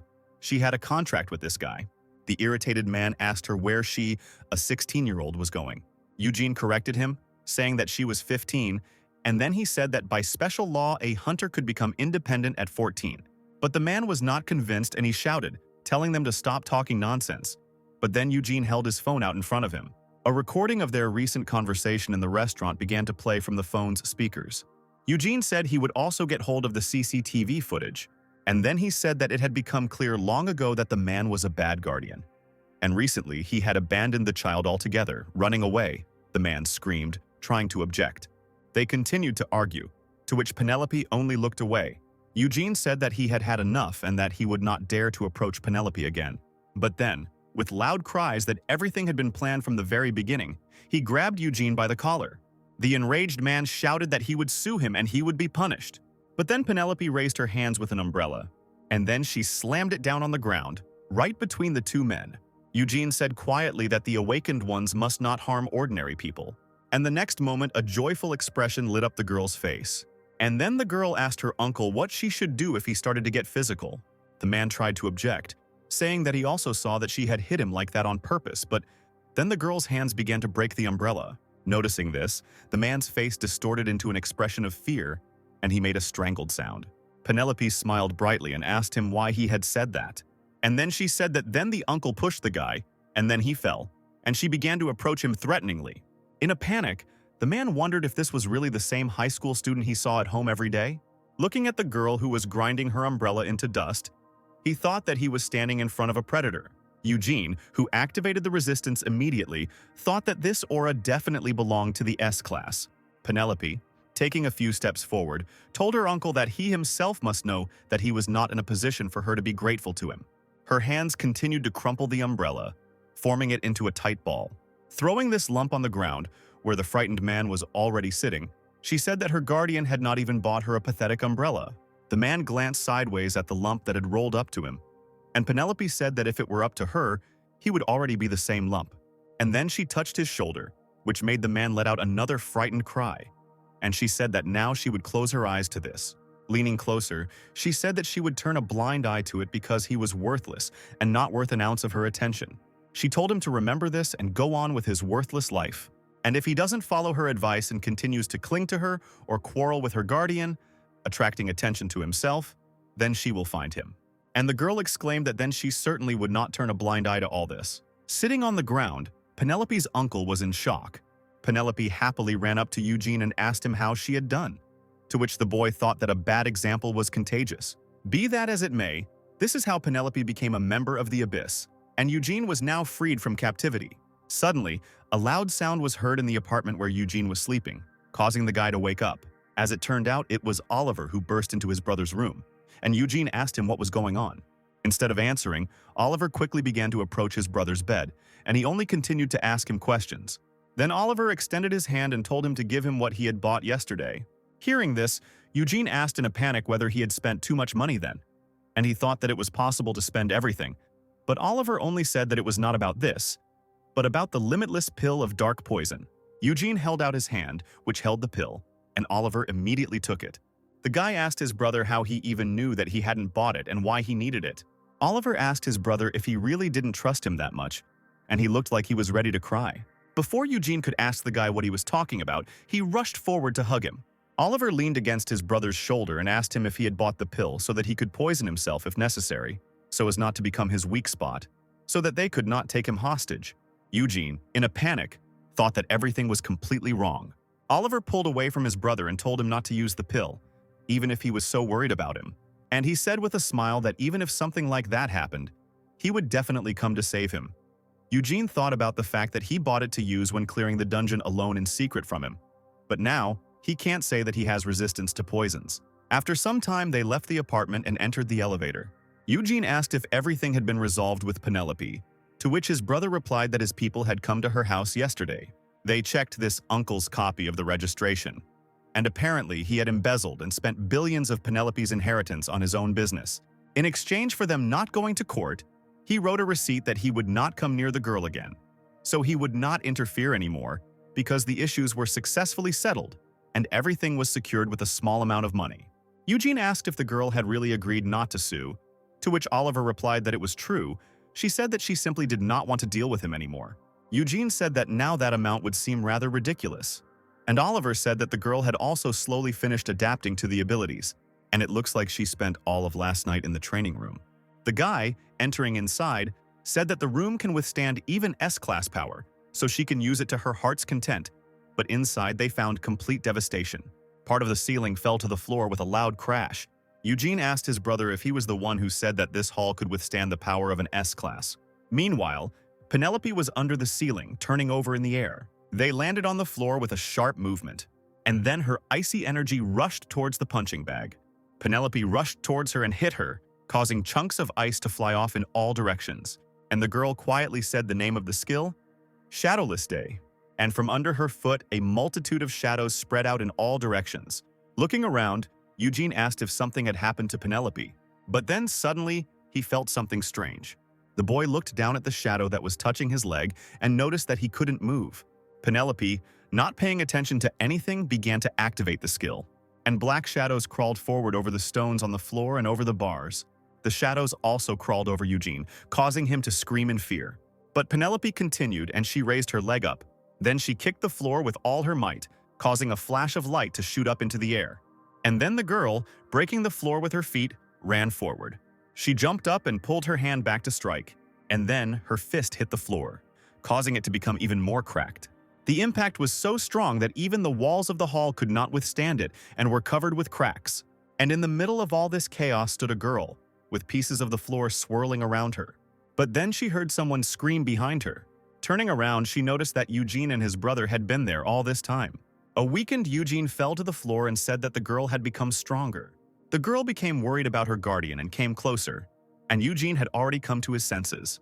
Looking forward, he noticed the girl who was worried about his condition. Her hair was cut short.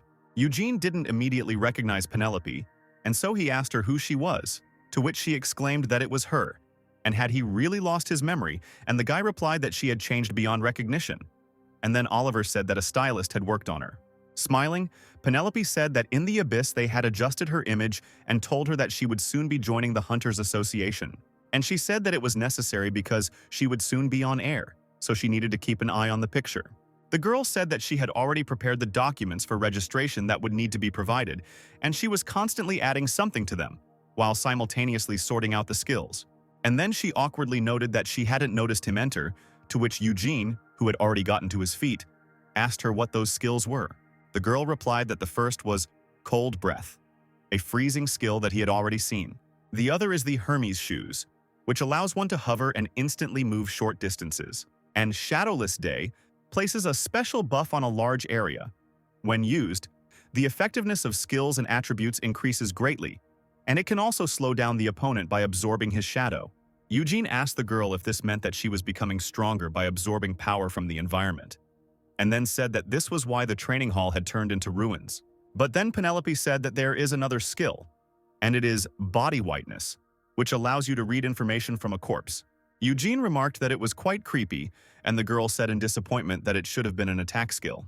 While filling out the paperwork, Eugene said that they would hide the Body Whiteness for now, since it was not necessary to reveal all the skills when registering. And then he started talking about what else should have been hidden about the girl's skills. Hearing this, Penelope looked away, blushing a little. And then she approached the guy and said that he understood it so well, to which he replied that it was all nonsense and asked her if she had figured out how to control the force. But then Oliver stepped between his brother and the girl, saying that his brother was so knowledgeable because he had gone into all the details for him. And then he told the girl to keep her distance. And they started arguing again. Penelope asked him why he was interfering again, to which he only replied that he was only helping with explanations. Eugene scratched his face awkwardly, wondering if this could be allowed to happen. After some time, a large crowd of reporters and journalists gathered in front of the Hunters registration building. Penelope stepped out of the car and all attention immediately turned to her. Meanwhile, two people stood behind the pillar, watching all this. As it turned out, it was Eugene who said that his Penelope was doing so well. Steven said that instead of acting like that, he should have gone with her, since Penelope was upset that he didn't go with her. To which Eugene replied that he had a lot of bad memories of crowded places. Taking off the mask from his face, he said that even resentment has its end. And then he said that now that the girl was destined for wealth and fame, he would probably fade into the background. And the man just looked at the guy without saying anything. Eugene was glad that Penelope was okay, but the differences were too big, and there was no trace left of that cold and arrogant ice witch from the future. Now, in her place, there is a high school student hunter with a confident smile. And the dungeon breakthrough that happened a few days ago didn't happen initially either. And Eugene wondered if everything would be okay if the future was changing so much. The guy shook his head and thought that it didn't matter. Everything was fine. That it was fine. He peered out from behind the pole, thinking that now he needed to look around to find promising newcomers. The guy began to scan the crowd with his skill, but only low classes caught his eye. Eugene thought that it was unlikely that he would find another S-class so easily. But suddenly, noticing something, Eugene jumped up and ran somewhere.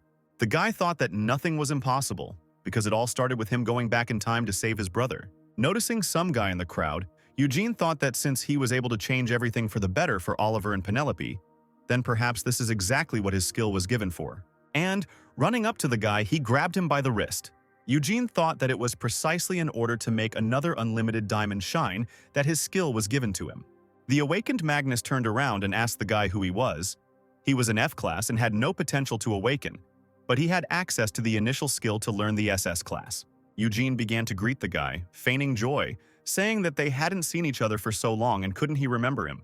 Scratching his neck awkwardly, Magnus said that he really didn't remember him. Smiling, Eugene replied that everything was fine, since they hadn't seen each other for a long time, and he himself was thinking that he didn't even know him.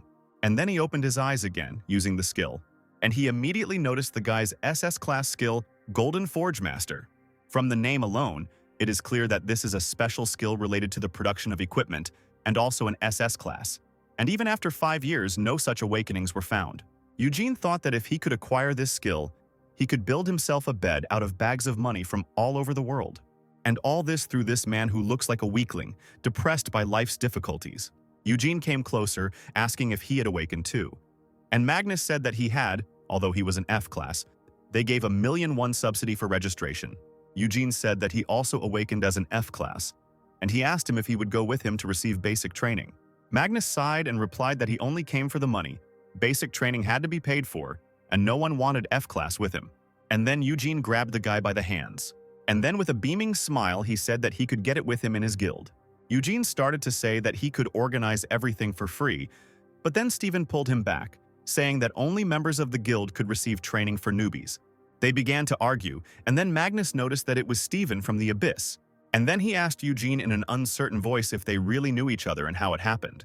In response to this, Eugene beamed and said that the head of the Abyss was actually his younger brother. Magnus turned away, noticing that the guy suddenly began to blind him, to which he replied that it was all an aura of power. And then he said that he would put in a good word for him so they should go study together, and he would even lend him his equipment. Magnus said that he couldn't even remember him, because he could accept something like that. And Eugene took his hand again. And he told the guy not to worry about it, just to agree. And he wants to take care of him because Magnus is a good man. Smiling, Eugene said that he really deserved to be treated like that. Looking at the boy's face, Magnus hesitantly repeated the words that he really deserved this. And then his eyes filled with tears. Falling to the ground, Magnus burst into tears, sobbing loudly. And Eugene immediately asked what was wrong. After some time, hot tea poured from the machine into the glass. Eugene handed the glass to Magnus, saying that it would be better to order some expensive coffee, to which Magnus replied that this was enough for him. Eugene asked the guy if he had calmed down, to which he said with a weak smile on his face that he had calmed down. Wiping away the remaining tears, he apologized and said that it had been too long since he had heard such words. And Eugene noticed that it seemed like it was hard for him. Magnus said that as a child he had a talent for working with his hands, and even won many prizes. But as an adult, this was of no use. Everyone just kept telling me to stop messing around and get down to studying. And then he hit rock bottom. Because he was a complete zero in his studies, his grades at university were terrible, he couldn't find a job, and there were also family circumstances. At some point, he found himself in such a deplorable state and with a lot of debts. He quietly said that he had become an outsider with nowhere to go. After a short silence, Eugene said that he understood him perfectly. And he thought that even after the world changed, everything remained the same. People are literally divided into classes. Only combat and healing skills are welcome. If you are none of these, you are F class among both hunters and the rest of society. What could have happened to Magnus under the original scenario? Eugene squeezed his knee and thought that everything was different now, because now he was going to change everything. And then he jumped up from the bench and shouted that it was time for them to act. And then he told Magnus with a smile that they didn't need to be discouraged, because they lived in a world where it was hard to survive alone. Pointing somewhere into the sky, Eugene took the boy by the shoulder and told him to raise his head with confidence. Otherwise, he would remain depressed and would have to spend money on spinal treatment. And then he raised his hands and cried out that he loves himself, he is great, and others simply do not understand. And then he turned around to tell Magnus that they needed to think like this. And then he told the guy that he loved him too. Magnus looked at Eugene, his cheeks slightly flushed. A message appeared that the awakened Magnus received a beneficial effect from the code word. Eugene thought everything would go well. But Spencer, the head of the Abyss's Human Resources Department, said it couldn't. Eugene, hearing this, made a disappointed, strangled sound. And then he said that they only had to give in once. Spencer folded his hands in front of him and said that giving in and sending the man to training was the same as vouching for him. Rumors will spread that such a privilege is given to anyone and everyone. These words hurt Magnus. Eugene picked up the weakened guy and irritably shouted that it was wrong to say that. To which the man replied that they could say that somewhere, that's all he meant. Eugene began to beg again, saying that Magnus was a good man. Taking off his glasses, the man said that he knew that he had remarkable insight, and that finding Penelope was already an achievement. However, it could all just be a coincidence. And Spencer adjusted his glasses, showing his middle finger. And then he said that he didn't understand his intentions, especially considering that he had recently almost fallen for a broker's scam, and had persuaded their boss to take up farming. Magnus thought about Eugene being scolded because of him, which reminded him of a scene from the TV series. And then the guy, covering his face with his hands, ran away. Walking outside with Magnus, Eugene clutched his head and said that this man was getting tougher and tougher. And then he said that he would now ask his younger brother directly, to which Magnus, shaking his head, said that it was not necessary. Smiling, he said that he had already told him that he was valuable, and that was enough for him. And thanks to him, he felt the will to live a little longer. He said that he would not be discouraged and would do what he could, and he had even already found jobs for F-grade students like him. And then a black car started driving up to them. Magnus and Eugene approached the car. A moment later, someone's strong hand opened the car door, calling Magnus. There were some bandits inside, and one of them said that it was time for the guy to pay back his debt.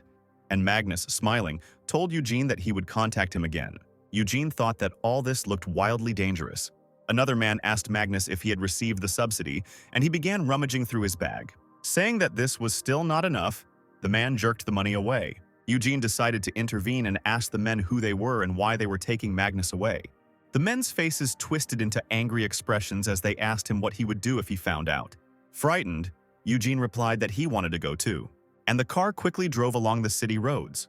Eugene and Magnus found themselves pinned together in the car by the bandits' bodies. Eugene whispered to Magnus that he had taken money from terrible people, to which he replied that the bank had not given him a loan, and more importantly, why had he followed him? Eugene replied that he couldn't just let him go alone.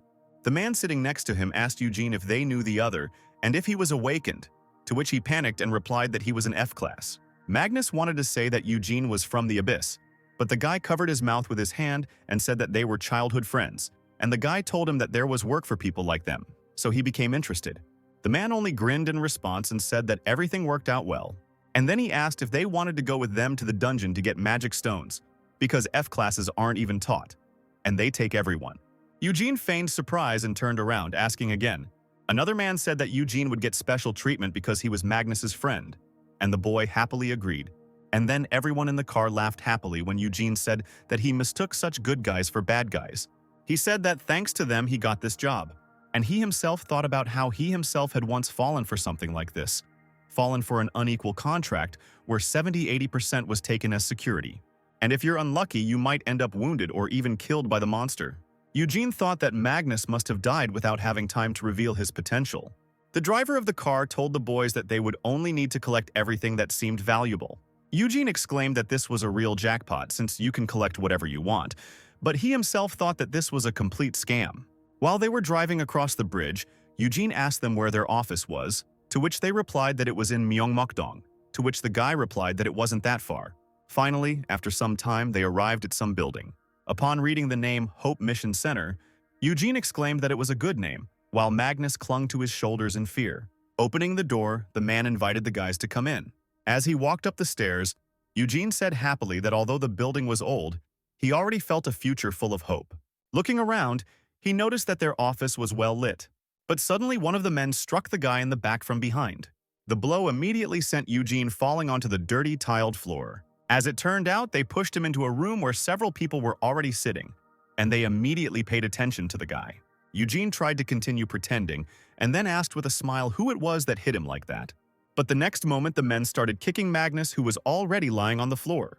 The guy immediately exclaimed, asking what they had suddenly started, and then one of the men grabbed him by the shoulder and said that they had dragged him here without any debts, and he better regret that he came here voluntarily.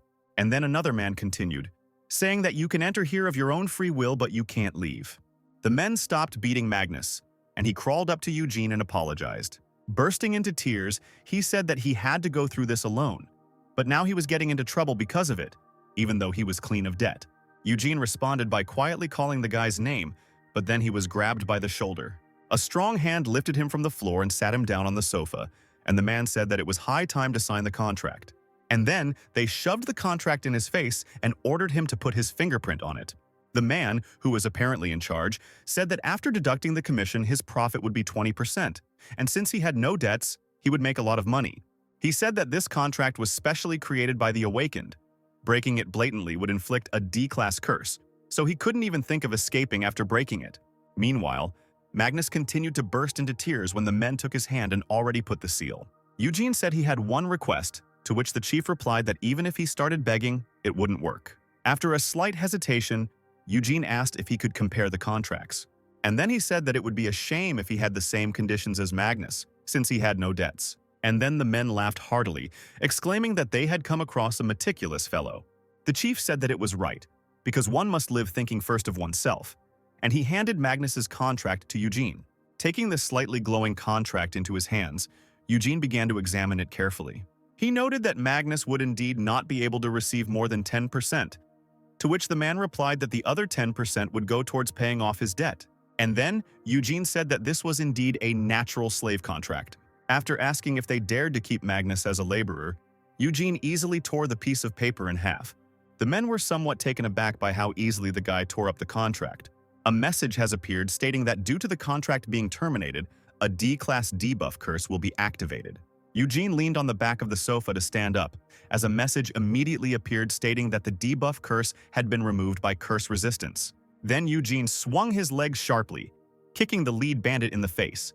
The men called their leader with concern. Eugene grabbed the man by the hair, and he exclaimed that this bastard was not an F-class. But before he could say anything else, Eugene slammed his face into the table. The blow caused cracks to appear on the table and the man lost consciousness. Eugene said that he was actually an F-class but with better equipment. The other men grabbed whatever they could to attack the boy. They cried out in fury that today the man would die here and now.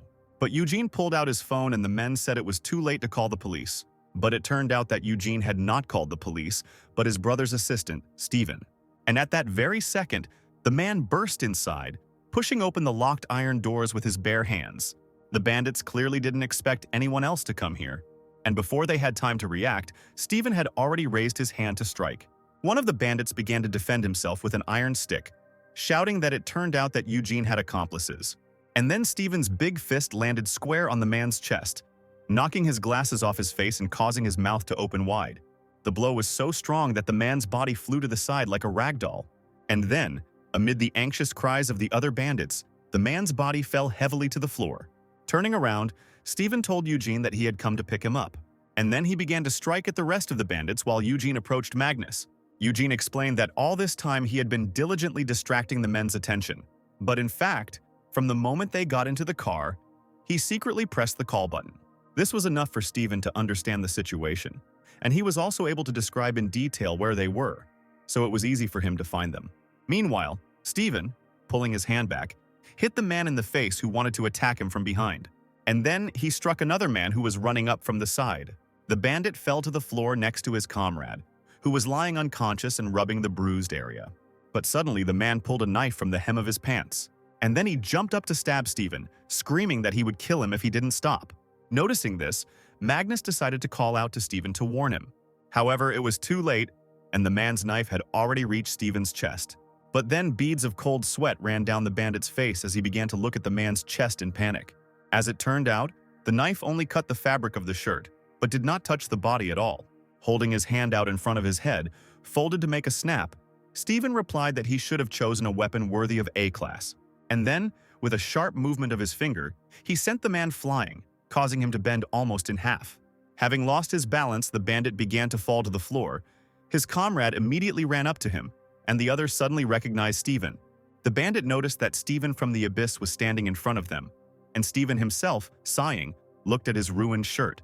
The man turned his menacing gaze to the bandits and ordered them to kneel. And after a few seconds, all the bandits gathered in one place and silently stood on their knees. Steven asked Magnus if he was wounded. Looking back, the man asked Eugene, who was sorting through some papers, what to do with them. To which the guy replied that he needed to think about it, because an eye for an eye, a tooth for a tooth. And then the guy pulled out a contract from somewhere that glowed with a golden light. Dropping to the floor, Eugene handed the contract to the bandit leader and told him to sign the S-class contract. The man took the contract and began to examine it, and then he shouted that a 10% profit and a 50-year contract was a complete scam. Eugene simply responded to this by saying that this is a super part-time job, where it is enough to simply collect everything that can bring in money. There was a murmur of cries among the other bandits, and the leader said that it was the same as if he had sent them to their deaths. The man wanted to say something else, but then another paper flew into his face. As it turned out, Eugene began to scatter some contacts around the man. The leader took the piece of paper in confusion, and Eugene said that he found it in the drawer. He said that all these are contracts of F ranks they brought, and there are more than 30 of them. Eugene asked how many of them were left unharmed, to which the man said it didn't matter, since they had volunteered, and a good half of them were already dead. But before he could finish his sentence, Eugene kicked him in the face. The man sank to the floor miserably, clutching his cheek, and Eugene called him trash. And then he asked him whether he really thought that since these people were F-classes, it didn't matter even if they died. If you push them with promises to take them to the dungeon, many will agree. And then it's enough to push them there like some kind of cheap consumable. Eugene exclaimed that it didn't matter what level these people were. The main thing was that they were people, and they were just fucking murderers. Magnus quietly called out to Eugene. Eugene told the bandits that they should crawl as they had been crawling until now, then they would understand what they had done. Turning away, Eugene said that he wanted to immediately throw them into a high-level dungeon, but suddenly, one of them called out to him. Breaking out in a cold sweat, the man exclaimed that he was guilty, they were guilty. Let him give them time to think, let him have mercy. And then he quietly said that a contract for them was too much. In response to this, Eugene only smiled brightly and said that it was well done. Placing his hand on the man's head, the boy said it was commendable that they wanted to think things through properly. Going lower, he said that then they must pay the appropriate price for the advice of the crime. Soon, Eugene, Magnus, and Stephen came out of the building and got into the car. Stephen began to report that they had already delivered the scammers to the Hunters Association, handed them over to the worker, paid compensation to the victims, and he would provide a report later, while Eugene leaned tiredly against Magnus. Magnus suddenly thanked the guy, to which the guy asked him what he was thanking him for. Shaking his head, Eugene said that today was all a small thing, but then Magnus said that he couldn't help but worry. Eugene thought that later, with the awakening of his skill, he would receive a good benefit. A tear fell onto Magnus's hand as he said that Eugene had already saved him twice. Eugene began to calm the boy down again as he asked what would have happened to him if it weren't for him. And then he rushed to hug Eugene, thanking him and telling him that he was his hero. The car moved forward while Eugene tried to get rid of Magnus, while Stephen calmly told them to buckle up. After returning, Eugene immediately went to Spencer. After he laid out the whole story to him, he, as Penelope's guardian, was able to get himself a room in the dorm. Magnus and Eugene entered the room, which seemed to be sparkling all over. Magnus exclaimed that this room of the train was a luxury apartment. Eugene, looking at some paper, said that it was written here that there were 4 rooms. Magnus continued to marvel at the fact that one could live in such a place while studying. And then Eugene asked him if he knew how to do housework, to which the guy replied that he knew how to cook ramen. Eugene said that outsiders were not allowed into the dormitory, but workers were allowed to live in the house, so he could pretend to be a worker to stay here. The guy immediately said that this did not mean that he would have to do the housework for real. But instead of getting angry, Magnus, as usual, burst into tears. He rushed to hug the guy again, saying that he was such a good friend, and Eugene again tried to avoid it. After a while, Magnus was already sleeping peacefully in bed. Looking at him through the half-open door, Eugene thought that he had fallen asleep quickly, apparently exhausted. Magnus began to chatter in his sleep, offering to cook Eugene food or a bath or himself. Eugene began to leave the room, saying that he needed to quickly move his things from Oliver's room. But then he met Stephen in the passage, which made him cry out in fear. In a panic, Eugene asked the man if Oliver had sent him again to lock him up. The man replied that this time he came for a different reason. He said it was a difficult matter, so he needed him to follow him, which didn't reassure Eugene at all. After some time, they reached a restaurant where music and conversations of numerous visitors could be heard. The waiter, noticing the new guests, quickly turned around to ask them how many people they needed the table for. But he immediately cried out in fear, noticing a huge man, Stephen, in front of him, and Eugene walking behind him. Taking off his sunglasses, Stephen asked the waiter if he knew Alex. The waiter immediately bowed low, saying that he had received a call, and then offered to take them somewhere quieter. Visitors began to whisper that the man had apparently come to collect money. A few minutes later, the most popular items on the menu appeared on the table. There were also several bottles of alcohol on the table. The waiter bowed low and exclaimed that they could call him if they needed anything else. Looking around, Eugene wondered why Stephen had brought him here because it looked youthful. Stephen said that the place was recommended to him by the void hunter Alex, who was about the same age as Eugene, and said that the place was popular. Stephen stared at Eugene and told him to relax and have a comfortable time. However, Eugene couldn't do this even if he wanted to. Having started to open a bottle of alcohol, the guy asked why they had come here. But then Stephen took the bottle from the guy's hands, saying that he would pour it himself. Stephen began pouring alcohol into Eugene's glass, holding the bottle in both hands as a sign of respect, and he said he wanted to apologize before it was too late. The man said that all this time, he disliked him. He seemed to him a useless obstacle that only hindered the future head of the guild. Eugene thought irritably that first the man decided to apologize, and then insult. But then, Stephen said he was wrong. Smiling at Eugene, the man said that he turned out to be a good person. This did not make any impression on Eugene, but only puzzled him even more. Stephen continued that he realized this from when he came to help him when the monster broke through. He realized this when he gained Penelope's trust and entered into a contract with her, resolving the custody issues that could have become a source of trouble. And today he also went to save his friend, risking his own safety. Steven said that now he understood that he could be trusted to cover the rear. But Eugene thought that all this was a misunderstanding. But then he came to his senses and thought that this was a chance. This is a great chance to strengthen your relationship and use a safe word. And then Eugene, with a joyful smile, clinked glasses of alcohol with the man, thinking that today he would definitely make him his protege. Steven said the guy had handled things very well today, and he asked him if he had had some kind of secret plan for the awakening brokers a few days earlier. Eugene didn't hesitate and replied that that was indeed the case. He was investigating something.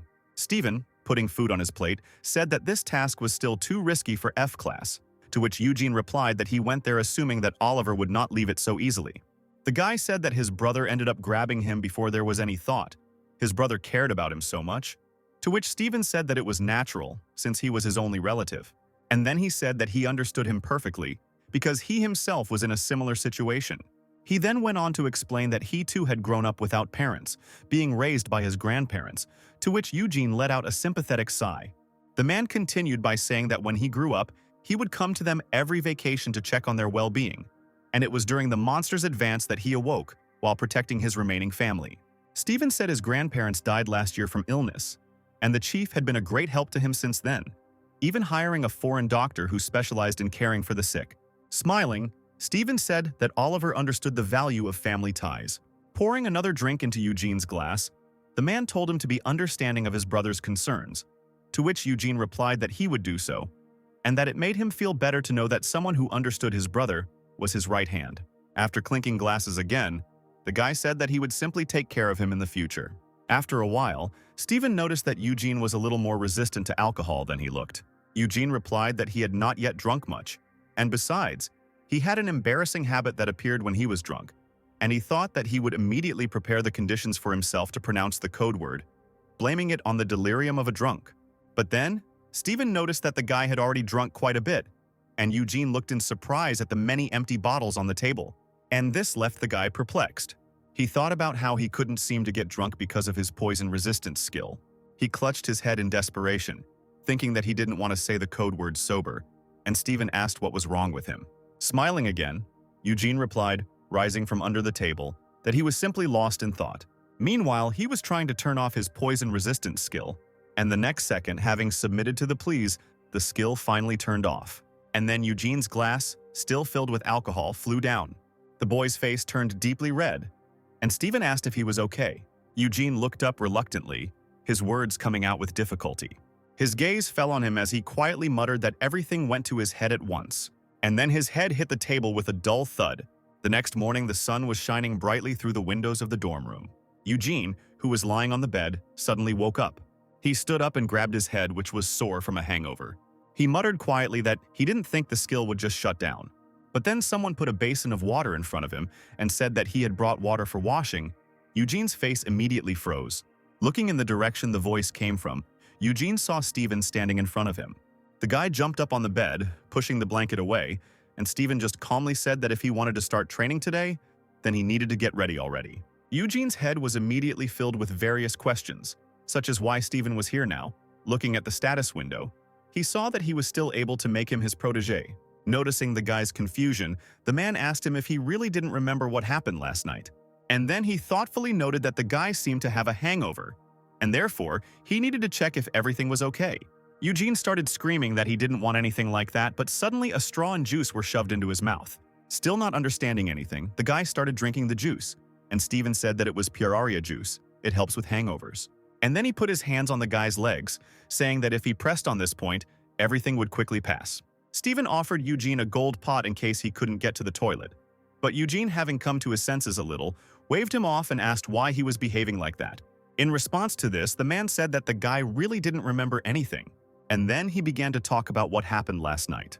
Deciding that Eugene had had too much to drink, Steven immediately ran to him to get him up from his seat. But then the guy grabbed him by the wrist. Steven, not understanding, called out to the guy, and he only addressed him politely. Eugene said that he had something important to tell him, so he should listen carefully. And then the guy with a burning gaze said the three cherished words, "I love you."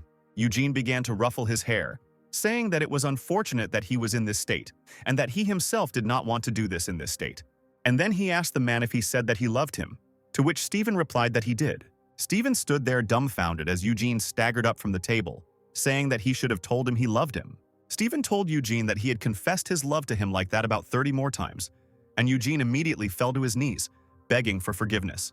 Smiling, the man said that everything was fine. He even liked it.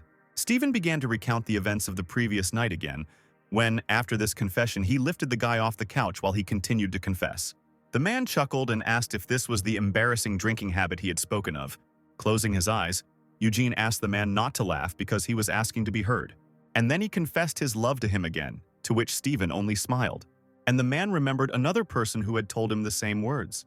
He remembered how one day, while carrying his grandfather, who was already drunk, young Stephen asked him why he needed to get so drunk. To which the grandfather replied that he could afford it because he had such a reliable grandson. Turning around, Grandpa smiled and told Stephen to never dwell on the words of some strangers who said that his parents abandoned him or something. After patting him on the head, he said that he was the best grandson for his grandfather. Stephen said that he had started to get rowdy again when drunk, but he still smiled. And so Stephen continued to carry his business back, while he confessed his love to him over and over again. Stephen told Eugene that for some reason when he looked at him, he remembered his grandfather. Eugene looked up in confusion and asked again. Sitting on the edge of the bed, Stephen replied that it was all true. Then the guy wondered if he really looked that old at 20, and shaking his head, Stephen replied that he himself thought it was strange. Smiling, he said that, of course, the guy was no grandfather, but still, he said that he had not felt such peace for a long time, as if he were next to his grandfather. Apparently, that's why he was constantly trying to give her something.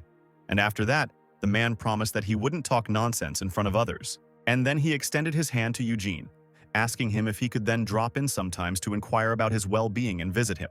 Stephen said he wanted to make up for any remaining regrets he had with the man who raised him. Hearing this, Eugene wondered if this was the ideal teacher effect. Words of love awaken memories not of a friend or lover, but of the person who raised him, and impose on him the projection of this educator. In that case, Penelope and Magnus's good nature is understandable because they see Eugene as their tutor, just like ducklings. And with Oliver, everything was more impulsive because he was his tutor from the very beginning. Soon, Eugene walked Stephen out, saying an awkward goodbye, and then he noticed Magnus standing behind the wall, shaking. Eugene went to the bathroom and Magnus clung to him, saying that he was so scared when Stephen showed up there so suddenly.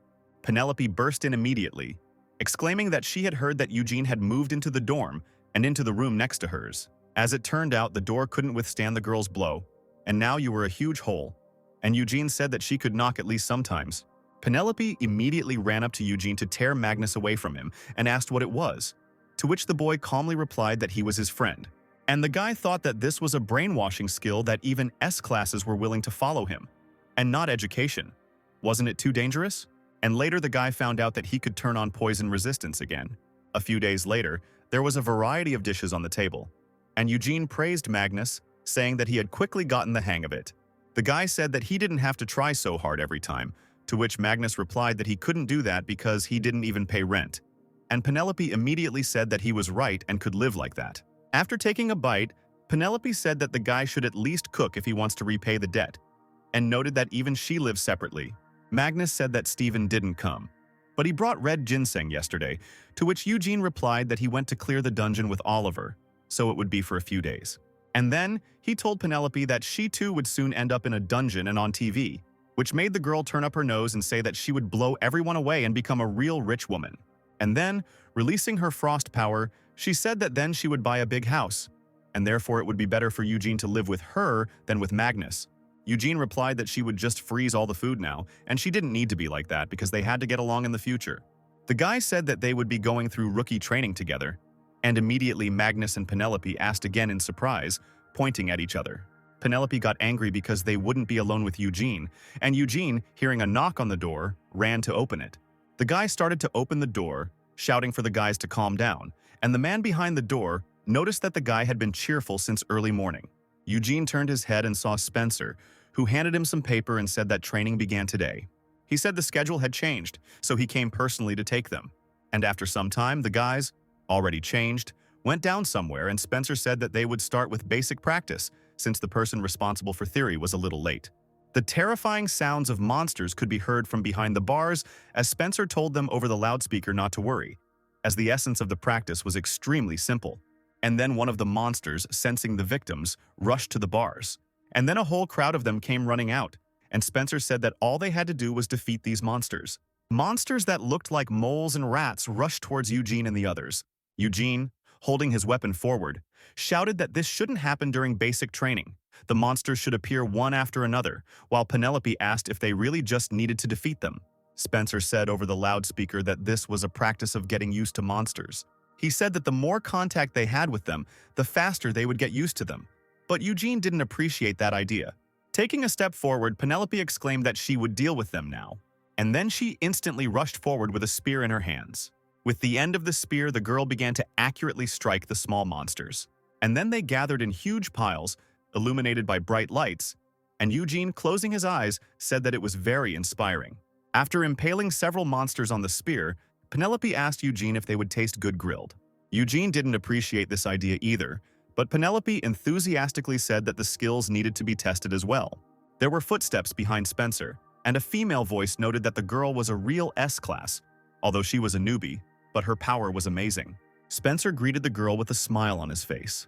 The girl asked if it was dangerous for newbies to fight so many monsters, to which the man, adjusting his glasses, told her not to worry. And he said he was afraid there wouldn't be enough monsters for the two of them. And in the meantime, Penelope froze the monsters, making something that looked like a Christmas tree. And then, from under a pile of its relatives, another monster appeared.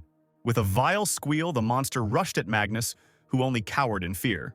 Eugene hurried to call out to the boy and tell him to put his spear in front of him and chop. But the next moment, the spear flew to the ground, and Magnus, fearfully calling for help, began to run away while the monster tried to catch up with him.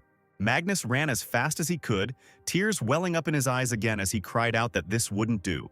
Meanwhile, the monster was already catching up with the man, which he could not help but notice. The monster jumped up to attack the guy, but then Eugene appeared and pushed him away. Standing to his feet, Eugene cried out, asking how Magnus could throw his weapon away like that. And then he said that this monster is an F-class monster, the toothy mole, and it has poor vision, so it mostly moves in a straight line.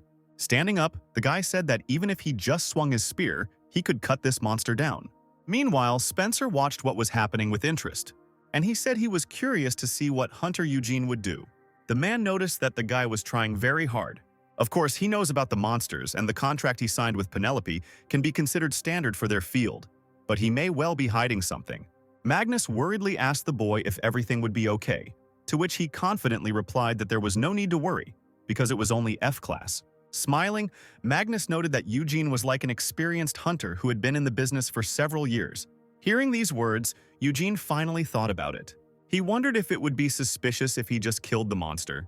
And then, throwing the spear away, he decided that he would act like a newbie, and at the same time there would be less damage to Magnus's confidence. Eugene let out a frightened cry, and the mole climbed onto his back and began gnawing at his head. Spencer, continuing to watch, said that it seemed his eyes had deceived him. After some time, the doors of the training hall opened. Penelope walked out, energized and stretching her shoulders, saying she had worked out hard, while Eugene carried the nearly unconscious Magnus. Bursting into tears again, Magnus apologized to Eugene and said that the boy would need to support him as well. And Eugene noted that he had absolutely no predisposition for battle. Hearing this, Penelope turned around happily, exclaiming that she was indeed better than him. Eugene told the girl not to start this because they needed to get along. But before he could finish, Spencer came out and said that all three of them had done a great job, and he said that they had successfully completed the basic practice. The man remarked that Penelope had done admirably, but he could not say the same about the others, and Eugene, in a rage, exclaimed that he would tell his brother everything. He heard footsteps behind the man, and he turned around and said that tomorrow, as they had agreed, there would be theoretical training. And then he introduced Professor Hannah, who was responsible for the course of the classes. A beautiful girl with glasses and long black hair appeared in front of the others. Penelope noted with admiration that she was so young and already a professor, and Eugene exclaimed that he knew her. As it turns out, Hannah is an authority in the scientific circles of dungeon studies, a young genius who discovered a pattern in the appearance of dungeons after his trip to the United States. She became famous all over the world and was not nicknamed Dr. White, and Eugene addressed her as such. Leaning towards the guy, the girl said that she was not often called that, to which the guy replied that he was very interested in this area, and he himself wondered whether it was really not that well known yet. Hannah said that Eugene was indeed quite knowledgeable. She said that she had heard about him from the head of the personnel department, but before that, she wanted to say that she had heard about him from her uncle. And then Eugene snapped when the meaning of the words dawned on him, and he asked them with surprise whether they were relatives, to which Spencer asked to avoid misunderstandings, because Hannah works here not because he took advantage of his position. Smiling, the girl said that she would be working in the abyss for some time in connection with one investigation, and therefore she asked to take care of her. Eugene awkwardly shook the girl's hand, and he wondered if his time of youth was really beginning. Meanwhile, Oliver and Stephen were in the dungeon.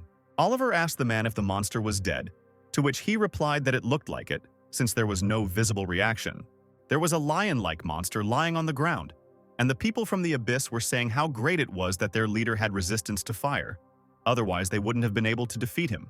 Stephen asked the chief what they would do with him, and they looked under some rocks. As it turned out, there was a small kitten lying there, the child of that monster. When dungeons appeared in the world, it was like everyone was discovering fire for the first time. Half out of caution, half out of interest, they concentrated their attention on them. Those dungeons that were left unattended gradually became overcrowded and burst, causing monsters to pour out. Dungeon shock occurred due to the simultaneous breakthrough of dungeons. But in such a crisis, many have awakened special powers, or they began to invent new technologies using new materials, adapting to the changed world. In each country, an association of hunters was founded to control the awakened. Most hunters operate within an association or as part of a guild. Eugene sat at his desk, watching a film on the basics of hunter theory. He thought that now this prompted new thoughts. Hannah began to talk about how the level of awakening is determined by looking at skills in general. Looking at the materials, Eugene thought that the girl was giving a good lecture, but something was bothering him. He noted that they were given materials that were 5 years old, which is why there are a few errors. He immediately remembered one hunter who lived in terrible conditions, and it was thanks to them that she developed the skill of wooden vine. Eugene was thinking about how skills were different from inclinations or environment. Hannah interrupted him from his thoughts, asking him if she had made a mistake somewhere. The guy recoiled in fear, and the girl said that he was acting like her professor. And that means that there are mistakes somewhere, and she asked what those mistakes were. Eugene looked away and said that it was all just his guess. He said that she was talking about the skill being used in a critical situation for self-defense. But recently there has been an increase in the number of awakened whose skills have nothing to do with combat, so that doesn't fit. Previously, it seemed like this because the situation was in crisis due to constant dungeon breakouts. But in reality, there may be other factors that determine skills. Eugene awkwardly said that the girl could ignore it, thinking that nothing bad would happen from this bit of information. But then Hannah suddenly grabbed the guy by the hand, and she exclaimed that the guy even understands the tendency of showing skills, and therefore she is impressed. And then she started chattering, expressing her admiration and asking him to stay and talk to her for about 10 hours. Eugene decided to turn his attention to Penelope, so he asked her if she had any questions.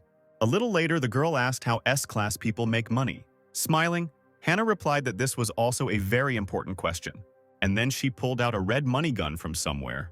And the girl began to throw money out of it, saying that S-class hunters can earn $10 million a year. Eugene was glad that he had managed to change the subject. And, continuing to throw money around, Hannah said that such payment seemed unnatural, since in all countries, S-class hunters could be counted on the fingers of one hand. Besides fighting monsters in creepy high-level dungeons and protecting security, they get something else too. They also receive items that are simply incredible in value.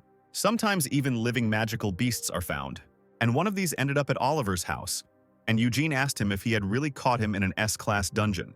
Oliver replied that it was a horned lion cub, and he thought he could tame it and use it as a riding animal. Eugene noticed that the cub had one horn, scarlet fur, and a fox-like tail. It was a feat of unicorns, a Class 2 fiery horned lion with high characteristics and powerful fire skills.